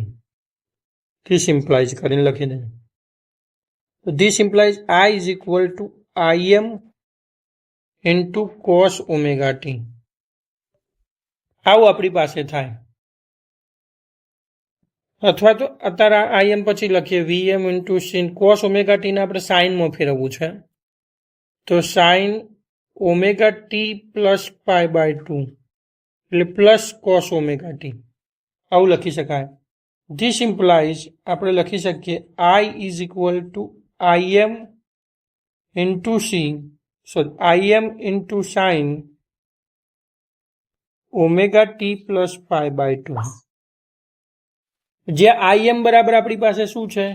જ્યાં Im બરાબર આપણી પાસે છે Vm into C. બરાબર, તો આના આ રીતે પણ લખી શકાય Vm divided by 1 upon C. આવું આપણે લખી શકીએ.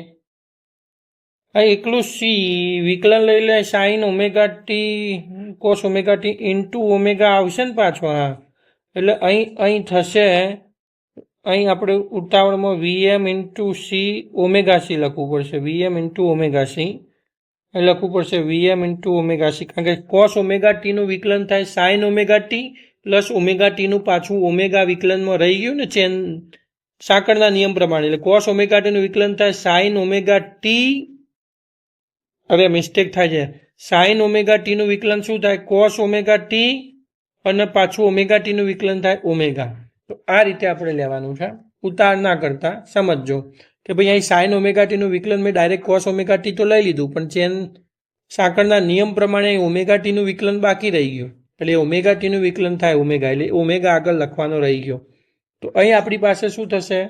આ રીતે Vm ઇન્ટુ ઓમેગા સી, એટલે આને આપણે આ રીતે પણ લખી શકીએ Vm upon 1 upon omega C.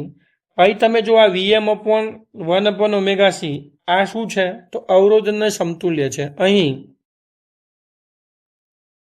1 upon omega C બરાબર XC એ અવરોધને સમતુલ્ય છે. શું છે? અવરોધને સમતુલ્ય છે. તો એ અવરોધને સમતુલ્ય છે એટલે એનું એકમ ઓમેગા જ છે, અને એને કયા નામે ઓળખીએ છીએ? તો કેપેસિટિવ રિએક્ટન્સ. કેપેસિટિવ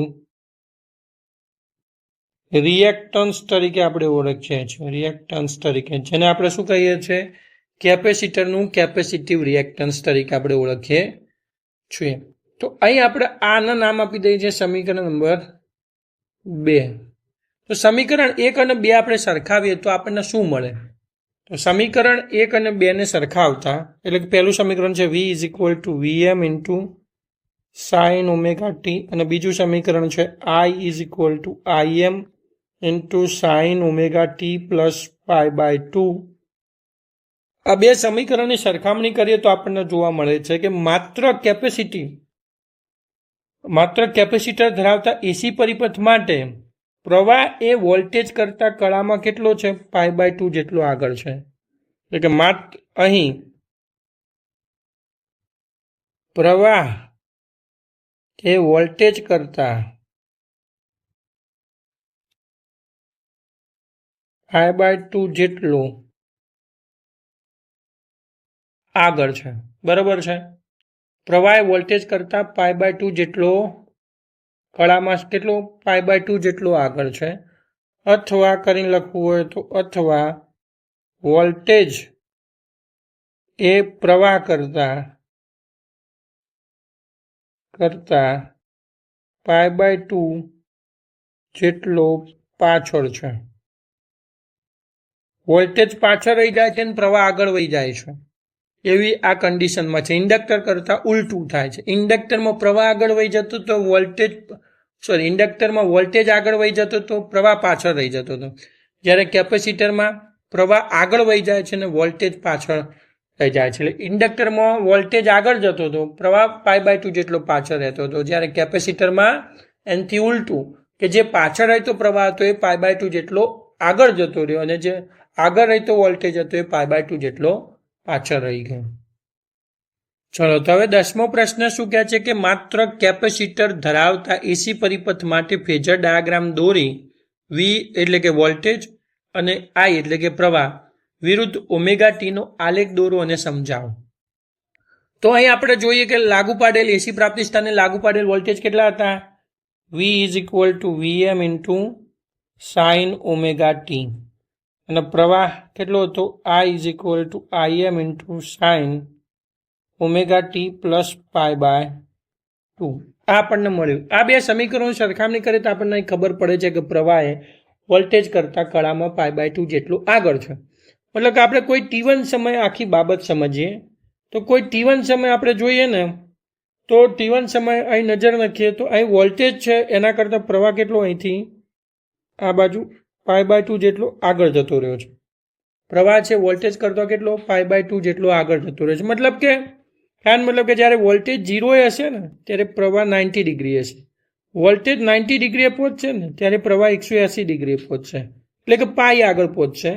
અને વોલ્ટેજ પાઈ આગળ પહોંચશે ત્યારે પ્રવાહ 3 પાઈ બાય 2 આગળ, એટલે કે 270 ડિગ્રીએ પહોંચશે. અને વોલ્ટેજ 270 ડિગ્રીએ પહોંચે ત્યારે પ્રવાહ 0 પહોંચશે. તો આમ જે પ્રવાહનો ફેઝર છે એ વોલ્ટેજના ફેઝર કરતાં પાઈ બાય 2 જેટલો આગળ ચાલતું હશે. બરોબર છે? એમ આપણે કહી શકીએ છીએ. એટલે હવે જ્યારે આપણે વિષમઘડી દિશામાં ભ્રમણ પૂર્ણ કરીએ ને વોલ્ટેજ અને પ્રવાહનું, તો એના અનુરૂપ આલેખો તો જુઓ, આ છે એ પ્રવાહનો આલેખ છે. આટલા અહીંથી શરૂ કરીએ તો પ્રવાહનો આલેખ છે. તો જ્યારે વોલ્ટેજ 0 છે ને, વોલ્ટેજનું મૂલ્ય કેવું છે? 0 છે. બરાબર છે? એટલે અહીં આપણે પહેલાં જોઈએ કે વોલ્ટેજનું મૂલ્ય 0 હોય ને ત્યારે પ્રવાહનું મૂલ્ય અહીં કેવું છે? મહત્તમ છે. વોલ્ટેજ આપણો કેવો છે? 0 છે, ત્યારે પ્રવાહનું મૂલ્ય કેવું છે? મહત્તમ છે. અને વોલ્ટેજ મહત્તમ થાય ને ત્યારે પ્રવાહ આપણો કેવો થાય છે, અહીં 0 થાય છે. પાછું વોલ્ટેજ 0 થયું એટલે પ્રવાહ લઘુત્તમ થાય, વોલ્ટેજ લઘુત્તમ થાય એટલે પ્રવાહ 0 થાય, એવું આપણને જોવા મળે છે. આમ આપણે આ આલેખ પરથી કહી શકીએ છીએ કે ભાઈ અહીં પ્રવાહ છે ને એ વોલ્ટેજ કરતાં π/2 જેટલો આગળ છે. એ બંને સદિશો વચ્ચેનો કળા તફાવત કેટલો છે, π/2 છે. એ બંને સદિશો વચ્ચેનો કળા તફાવત કેટલો છે, π/2 છે. આના આપણે નામ આપીએ π/2, પાઈ આટલા નામ આપીએ 3π/2, અને આટલા આપણે 2π એવું નામ આપીએ છીએ. બરાબર. તો 0 એ વોલ્ટેજ મહત્તમ છે, π/2 એ વોલ્ટેજ 0 થાય છે. 0 એ વોલ્ટેજ 0 એ પ્રવાહ મહત્તમ છે. વોલ્ટેજ ક્યાં, વોલ્ટેજ જ્યારે 0 છે ત્યારે પ્રવાહ કેવો છે, મહત્તમ છે. બરોબર છે. તો આ બાબત આપણે ધ્યાનમાં રાખવાનું કે કળા તફાવત કેટલો છે, π/2 છે. એ ધ્યાનમાં રાખીને આપણે આલેખ દોરીએ છીએ. તો આ રીતે આપણે જોઈ શકીએ છીએ કે વોલ્ટેજ એ પ્રવાહ કરતો કળામાં π/2 જેટલો પાછળ છે.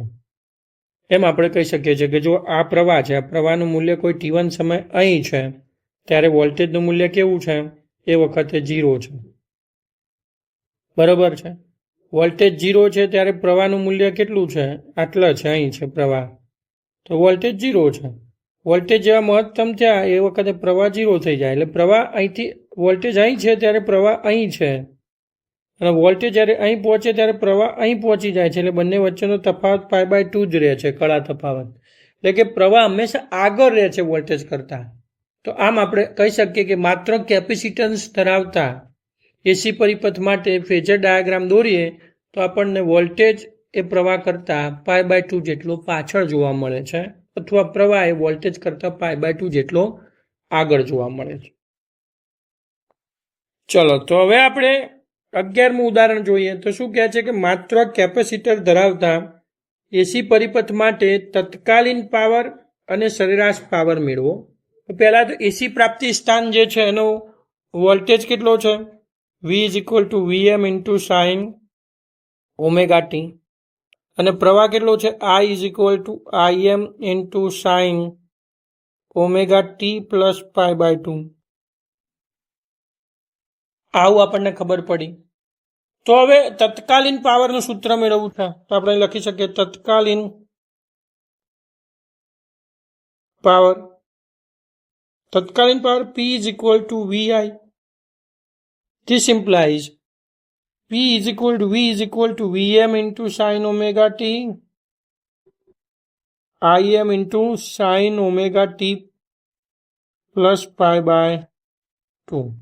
તેને આપણે લખી શકીએ આ રીતે Vm × Im sin ωt × cos ωt. 2 વડે ગુણીએ 2 વડે ભાગીએ તો Vm × Im /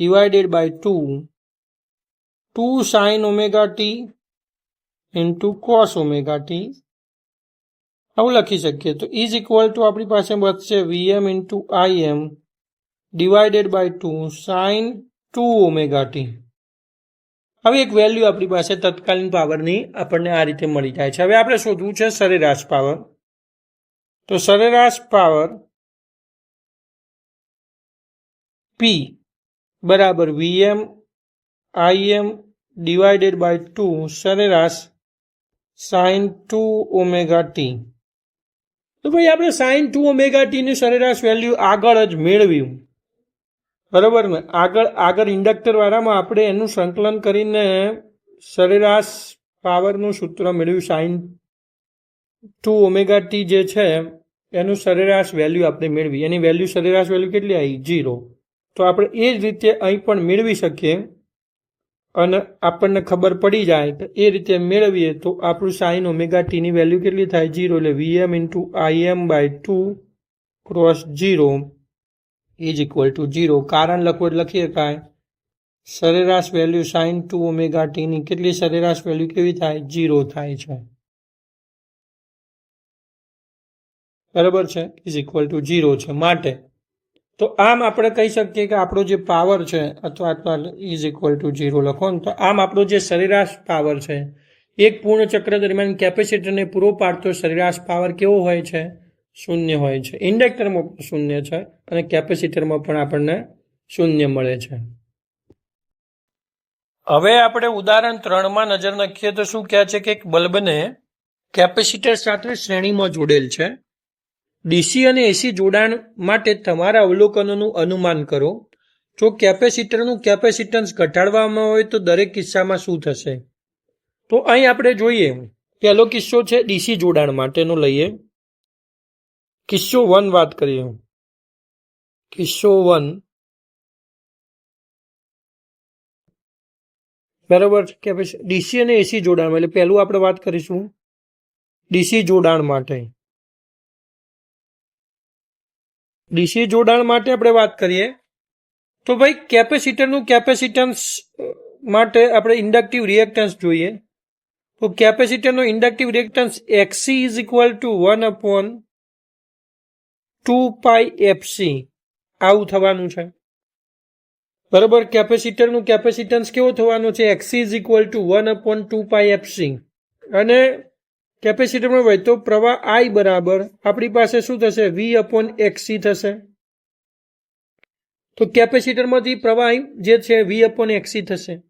હવે આપણે જોઈએ ને તો ડીસી જોડાણમાં શું થશે કે કેપેસિટર જ્યારે પૂર્ણ ચાર્જ થઈ જાય, ડીસી જોડાણમાં કેપેસિટર પૂર્ણ ચાર્જ થઈ જાય એટલે શું થાય? કેપેસિટર પર જે વિદ્યુતભારો છે એના દોલનો બંધ થઈ જાય અને અચળ વિદ્યુતભાર થઈ જાય.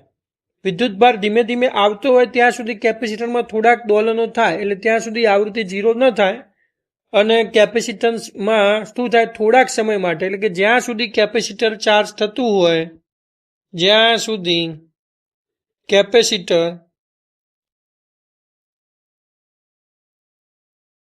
ચાર્જ થતું હોય ત્યાં સુધી બલ્બ પ્રકાશિત રહે છે.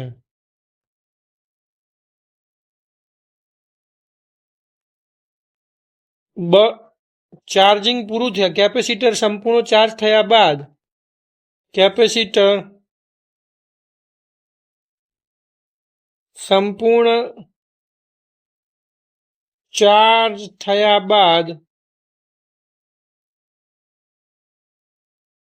F બરાબર 0 થાય છે. કેપેસિટર સંપૂર્ણ ચાર્જ થાય એટલે F બરાબર 0 થાય તો XC બરાબર કેવા થાય? 0 થાય છે. આથી જે આપણો ઇન્ડક્ટિવ રિએક્ટન્સ છે XC એ કેવો બને છે? ઇન્ફાનાઇટ, અનંત. કેવું બને છે? ઇન્ફાનાઇટ બને છે. અને આથી કેપેસિટરમાં પ્રવાહ કેવો થઈ જાય છે? V is equal two 1/∞ is equal to 0. અને બલ્બ પ્રકાશિત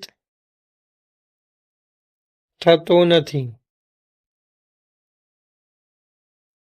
બરાબર છે. એક વખત કેપેસિટર પૂર્ણ ચાર્જ થઈ જાય ડીસી જોડાણમાં તો પછી એમની અંદર જે દોલનો છે વિદ્યુતભારના એ શૂન્ય થઈ જાય અને આ કારણે જે વિદ્યુતભારની જે આવૃત્તિ છે કેવી થઈ જશે? દોલનોની આવૃત્તિ શૂન્ય થઈ જશે. એટલે ઇન્ડક્ટિવ રિએક્ટન્સ કેપેસિટન્સનો અવરોધ અનંત બની જશે અને અનંત બની જશે એટલે કેપેસિટરમાંથી પસાર થતો પ્રવાહ શૂન્ય થઈ જશે અને કેપેસિટર સાથે જે જોડેલ બલ્બ છે, બરાબર, બલ્બને કેપેસિટર સાથે જે આપણે શ્રેણીમાં જોડીએ છીએ કેપેસિટરમાંથી પ્રવાહ નહીં પસાર થાય ને એ પ્રવાહ પછી બલ્બ સુધી પહોંચી શકશે નહીં અને બલ્બ પ્રકાશિત થતો નથી.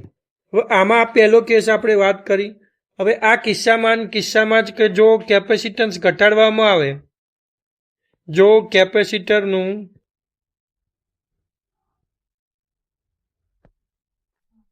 કેપેસિટન્સ ઘટાડવામાં આવે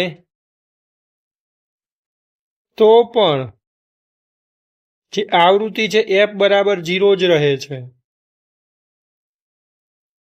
અને બલ્બ પ્રકાશિત થતો નથી. એ કેપેસિટર્સ વધારો ઘટાડો એનાથી કોઈ મતલબ જ નથી.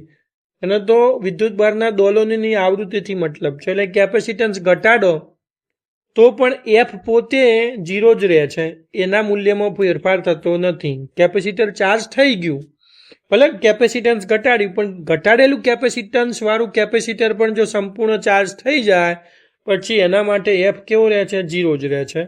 અને એના કારણે કેપેસિટરનો કેપેસિટિવ રિએક્ટન્સ એટલે કે અવરોધ અનંત થાય અને એમાંથી કોઈ પ્રવાહ વહે નહીં અને એની સાથે શ્રેણીમાં જોડેલ બલ્બ પ્રકાશિત થતો નથી. હવે આપણે કેસ 2 શું કહે છે કે એસી જોડાણ માટે શું કહે છે? કિસ્સો 2 કહીએ. કિસ્સા 2 માં આપણે વાત કરીએ, પહેલો મુદ્દો છે કિસ્સો 2 છે, એમાં આપણે વાત કરીએ એસી જોડાણ માટે. એસી જોડાણ માટે આપણે વાત કરીએ તો એસી જોડાણમાં પણ આપણે આ રીતે કહી શકીએ કે ભાઈ એસી જોડાણમાં જે વિદ્યુતભારના દોલનોની આવૃત્તિ f is not equal to 0, એ કદાપી શૂન્ય થતી નથી અને કેપેસિટરનો કેપેસિટિવ રિએક્ટન્સ એક્સી સીમિત રહે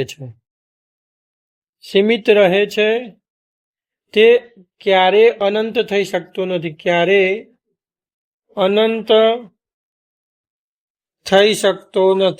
થઈ શકતો નથી.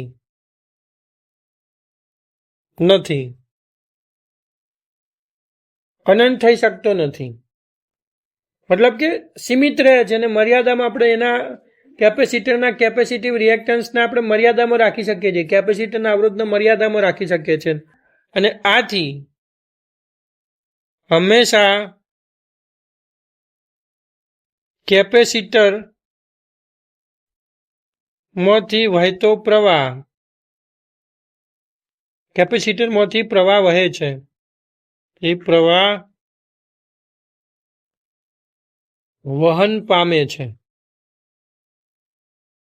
આપણે લખી શકીએ પ્રવાહ I is equal to V upon XC. XC 0 નથી એટલે એનું કંઈક મૂલ્ય મળે છે, ઇઝ નોટ ઇક્વલ ટુ 0, કારણ કે XC is not equal to 0.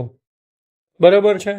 અને V તો આપણી પાસે કંઈક વોલ્ટેજ તો છે જ, એટલે પ્રવાહ કદાપી શૂન્ય થતો નથી, હંમેશા કેપેસિટરમાંથી પ્રવાહ વહન પામે છે અને બલ્બ શું થાય છે? પ્રકાશિત રહે છે. અને બલ્બ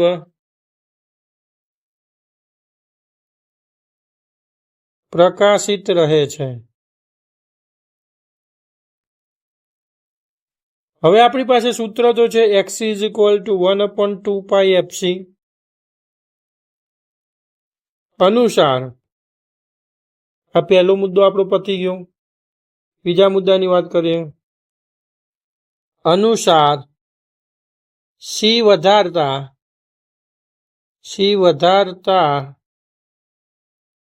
XC વધે છે અને આથી વહેતો પ્રવાહ ઘટતા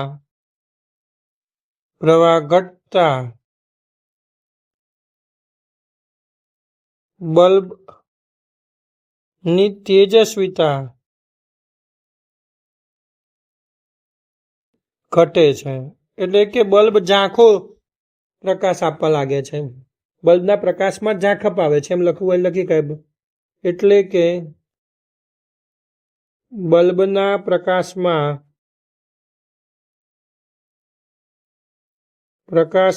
ઝાંખપ આવે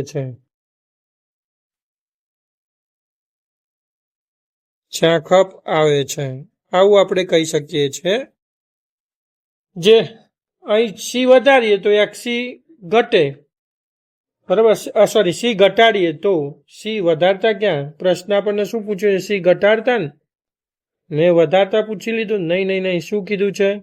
હા, ઘટાડતા. સી ઘટાડતા શું થાય?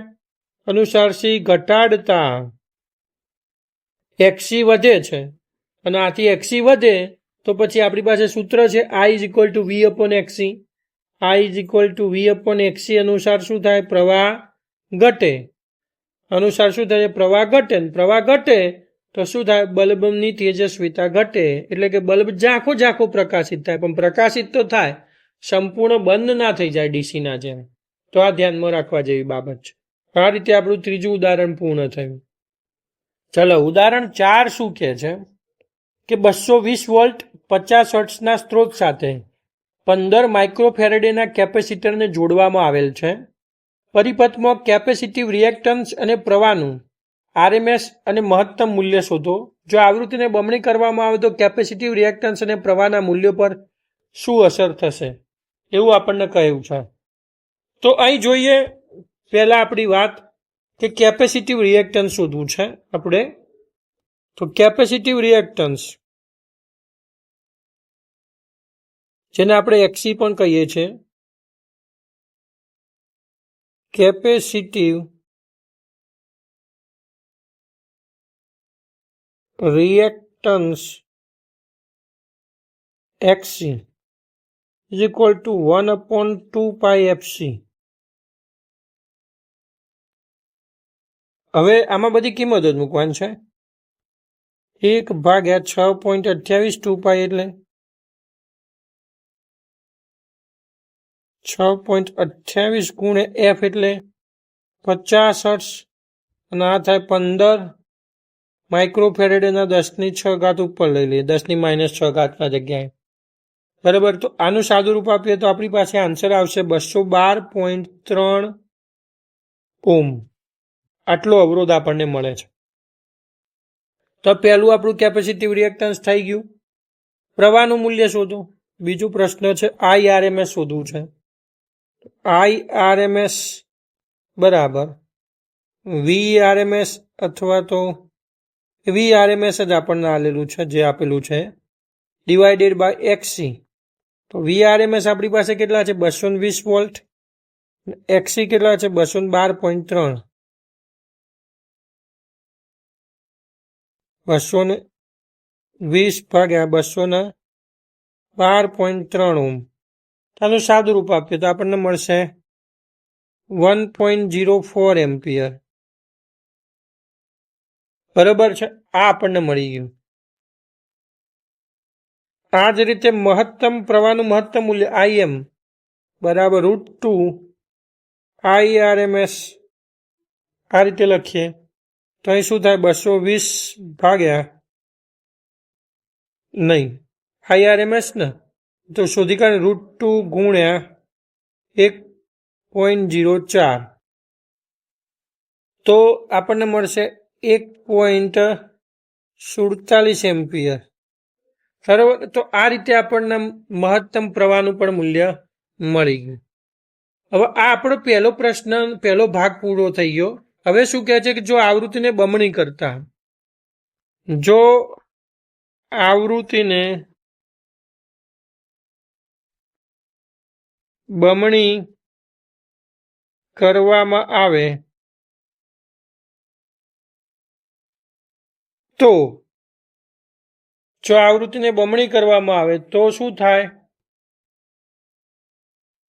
તો આપણી પાસે એક્સી ઇઝ પ્રોપોર્શનલ ટુ 1/f હોવાથી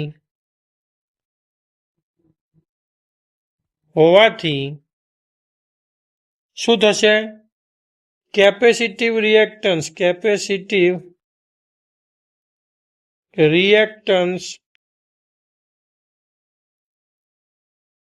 અડધું થાય. કેપેસિટિવ રિએક્ટન્સ શું થાય? અડધું થાય. પહેલી વાત.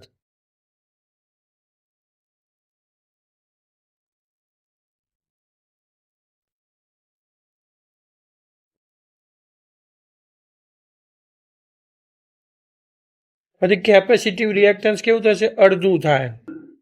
પણ કેપેસિટિવ રિએક્ટન્સ અને પ્રવાહ કેવા છે? એકબીજાને વ્યસ્ત પ્રમાણમાં. એટલે કે IRMS is proportional two 1/xc હોવાથી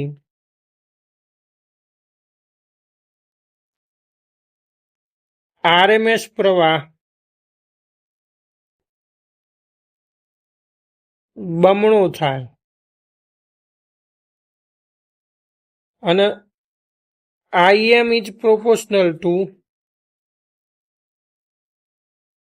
IRMS હોવાથી મહત્તમ પ્રવાહ પણ કેવો થાય? બમણો થાય. મહત્તમ પ્રવાહ પણ બમણો થાય. આ રીતે આપણે સમજી શકીએ. ઉદાહરણ નંબર 4 બહુ સરળ છે, આવડી જાય એવું છે. આ રીતે ચોથું ઉદાહરણ આપણે અભ્યાસ કર્યો. ચલો, આકૃતિમાં દર્શાવ્યા મુજબ એક પ્રકાશીય બલ્બ અને એક ઓપન કોઇલ ઇન્ડક્ટરને એસી સ્ત્રોત સાથે કળ દ્વારા જોડેલ છે. આગળ પ્રશ્ન આપણને એમ કહે છે કે હવે કળ બંધ કર્યા બાદ, આ રીતે આપણે શું કહીએ છીએ કે આ કળ જોડેલ છે અને કળ બંધ કર્યા બાદ થોડાક સમય બાદ ઇન્ડક્ટરની અંદરના વિસ્તારમાં, કે ઇન્ડક્ટરની અંદરનો જે વિસ્તાર છે, વિસ્તારમાં લોખંડનો સળિયો દાખલ કરવામાં આવે તો પ્રકાશીય બલ્બની પ્રકાશિતતા વધશે, ઘટશે, કોઈ ફરક નહીં થાય?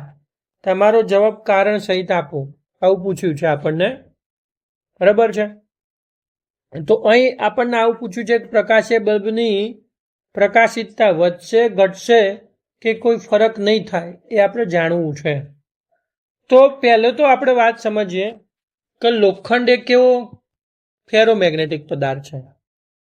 લોખંડનો સળિયો ફેરોમેગ્નેટિક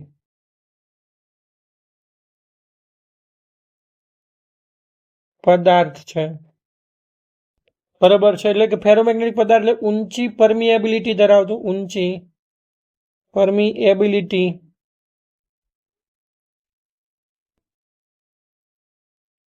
ધરાવતો પદાર્થ છે. હવે જ્યારે સ્વિચ બંધ કરીએ અને ઊંચી પરમિએબિલિટી ધરાવતા લોખંડના સળિયાને આપણે જ્યારે ગૂંચળાની અંદર મૂકીએ, ગૂંચળાના ગર્ભમાં મૂકીએ તો શું થાય? જ્યારે આવા પદાર્થને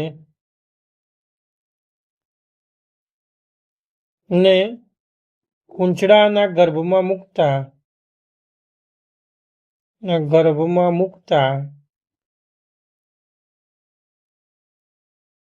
આત્મપ્રેરકત્વ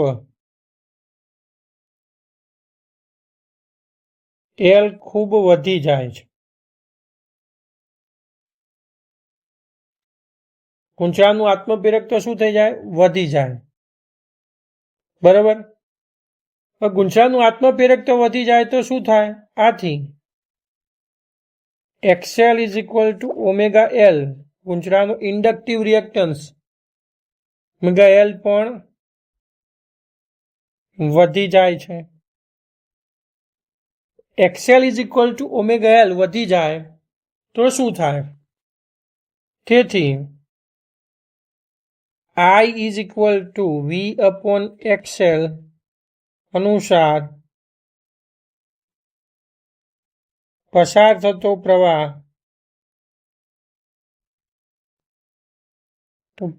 ઘટી જાય. પસાર થતો પ્રવાહ ઘટી જાય છે, બરાબર? જેથી શું થાય? બલ્બની પ્રકાશિતતા જ ઘટે છે. જેથી બલ્બની પ્રકાશિતતા ઘટે છે.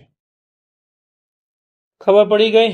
તો આમાં બલ્બની પ્રકાશિતતા ઘટે એટલે કે બલ્બ ઝાંખો પ્રકાશિત થાય છે, બરાબર ને? બલ્બ કેવો થાય છે? ઝાંખો પ્રકાશિત, તેજસ્વી પ્રકાશિત થતો, એકદમ વધુ લાઇટ આપતો, એના જગ્યાએ થોડીક ઓછી લાઇટ આપતો પ્રકાશિત થાય. એની પ્રકાશિત તીવ્રતામાં ઘટાડો થાય છે. બલ્બની પ્રકાશિતતા ઘટે છે તો પ્રકાશિત તીવ્રતા એવો શબ્દ વાપરો તો પણ ખાલી પ્રકાશિત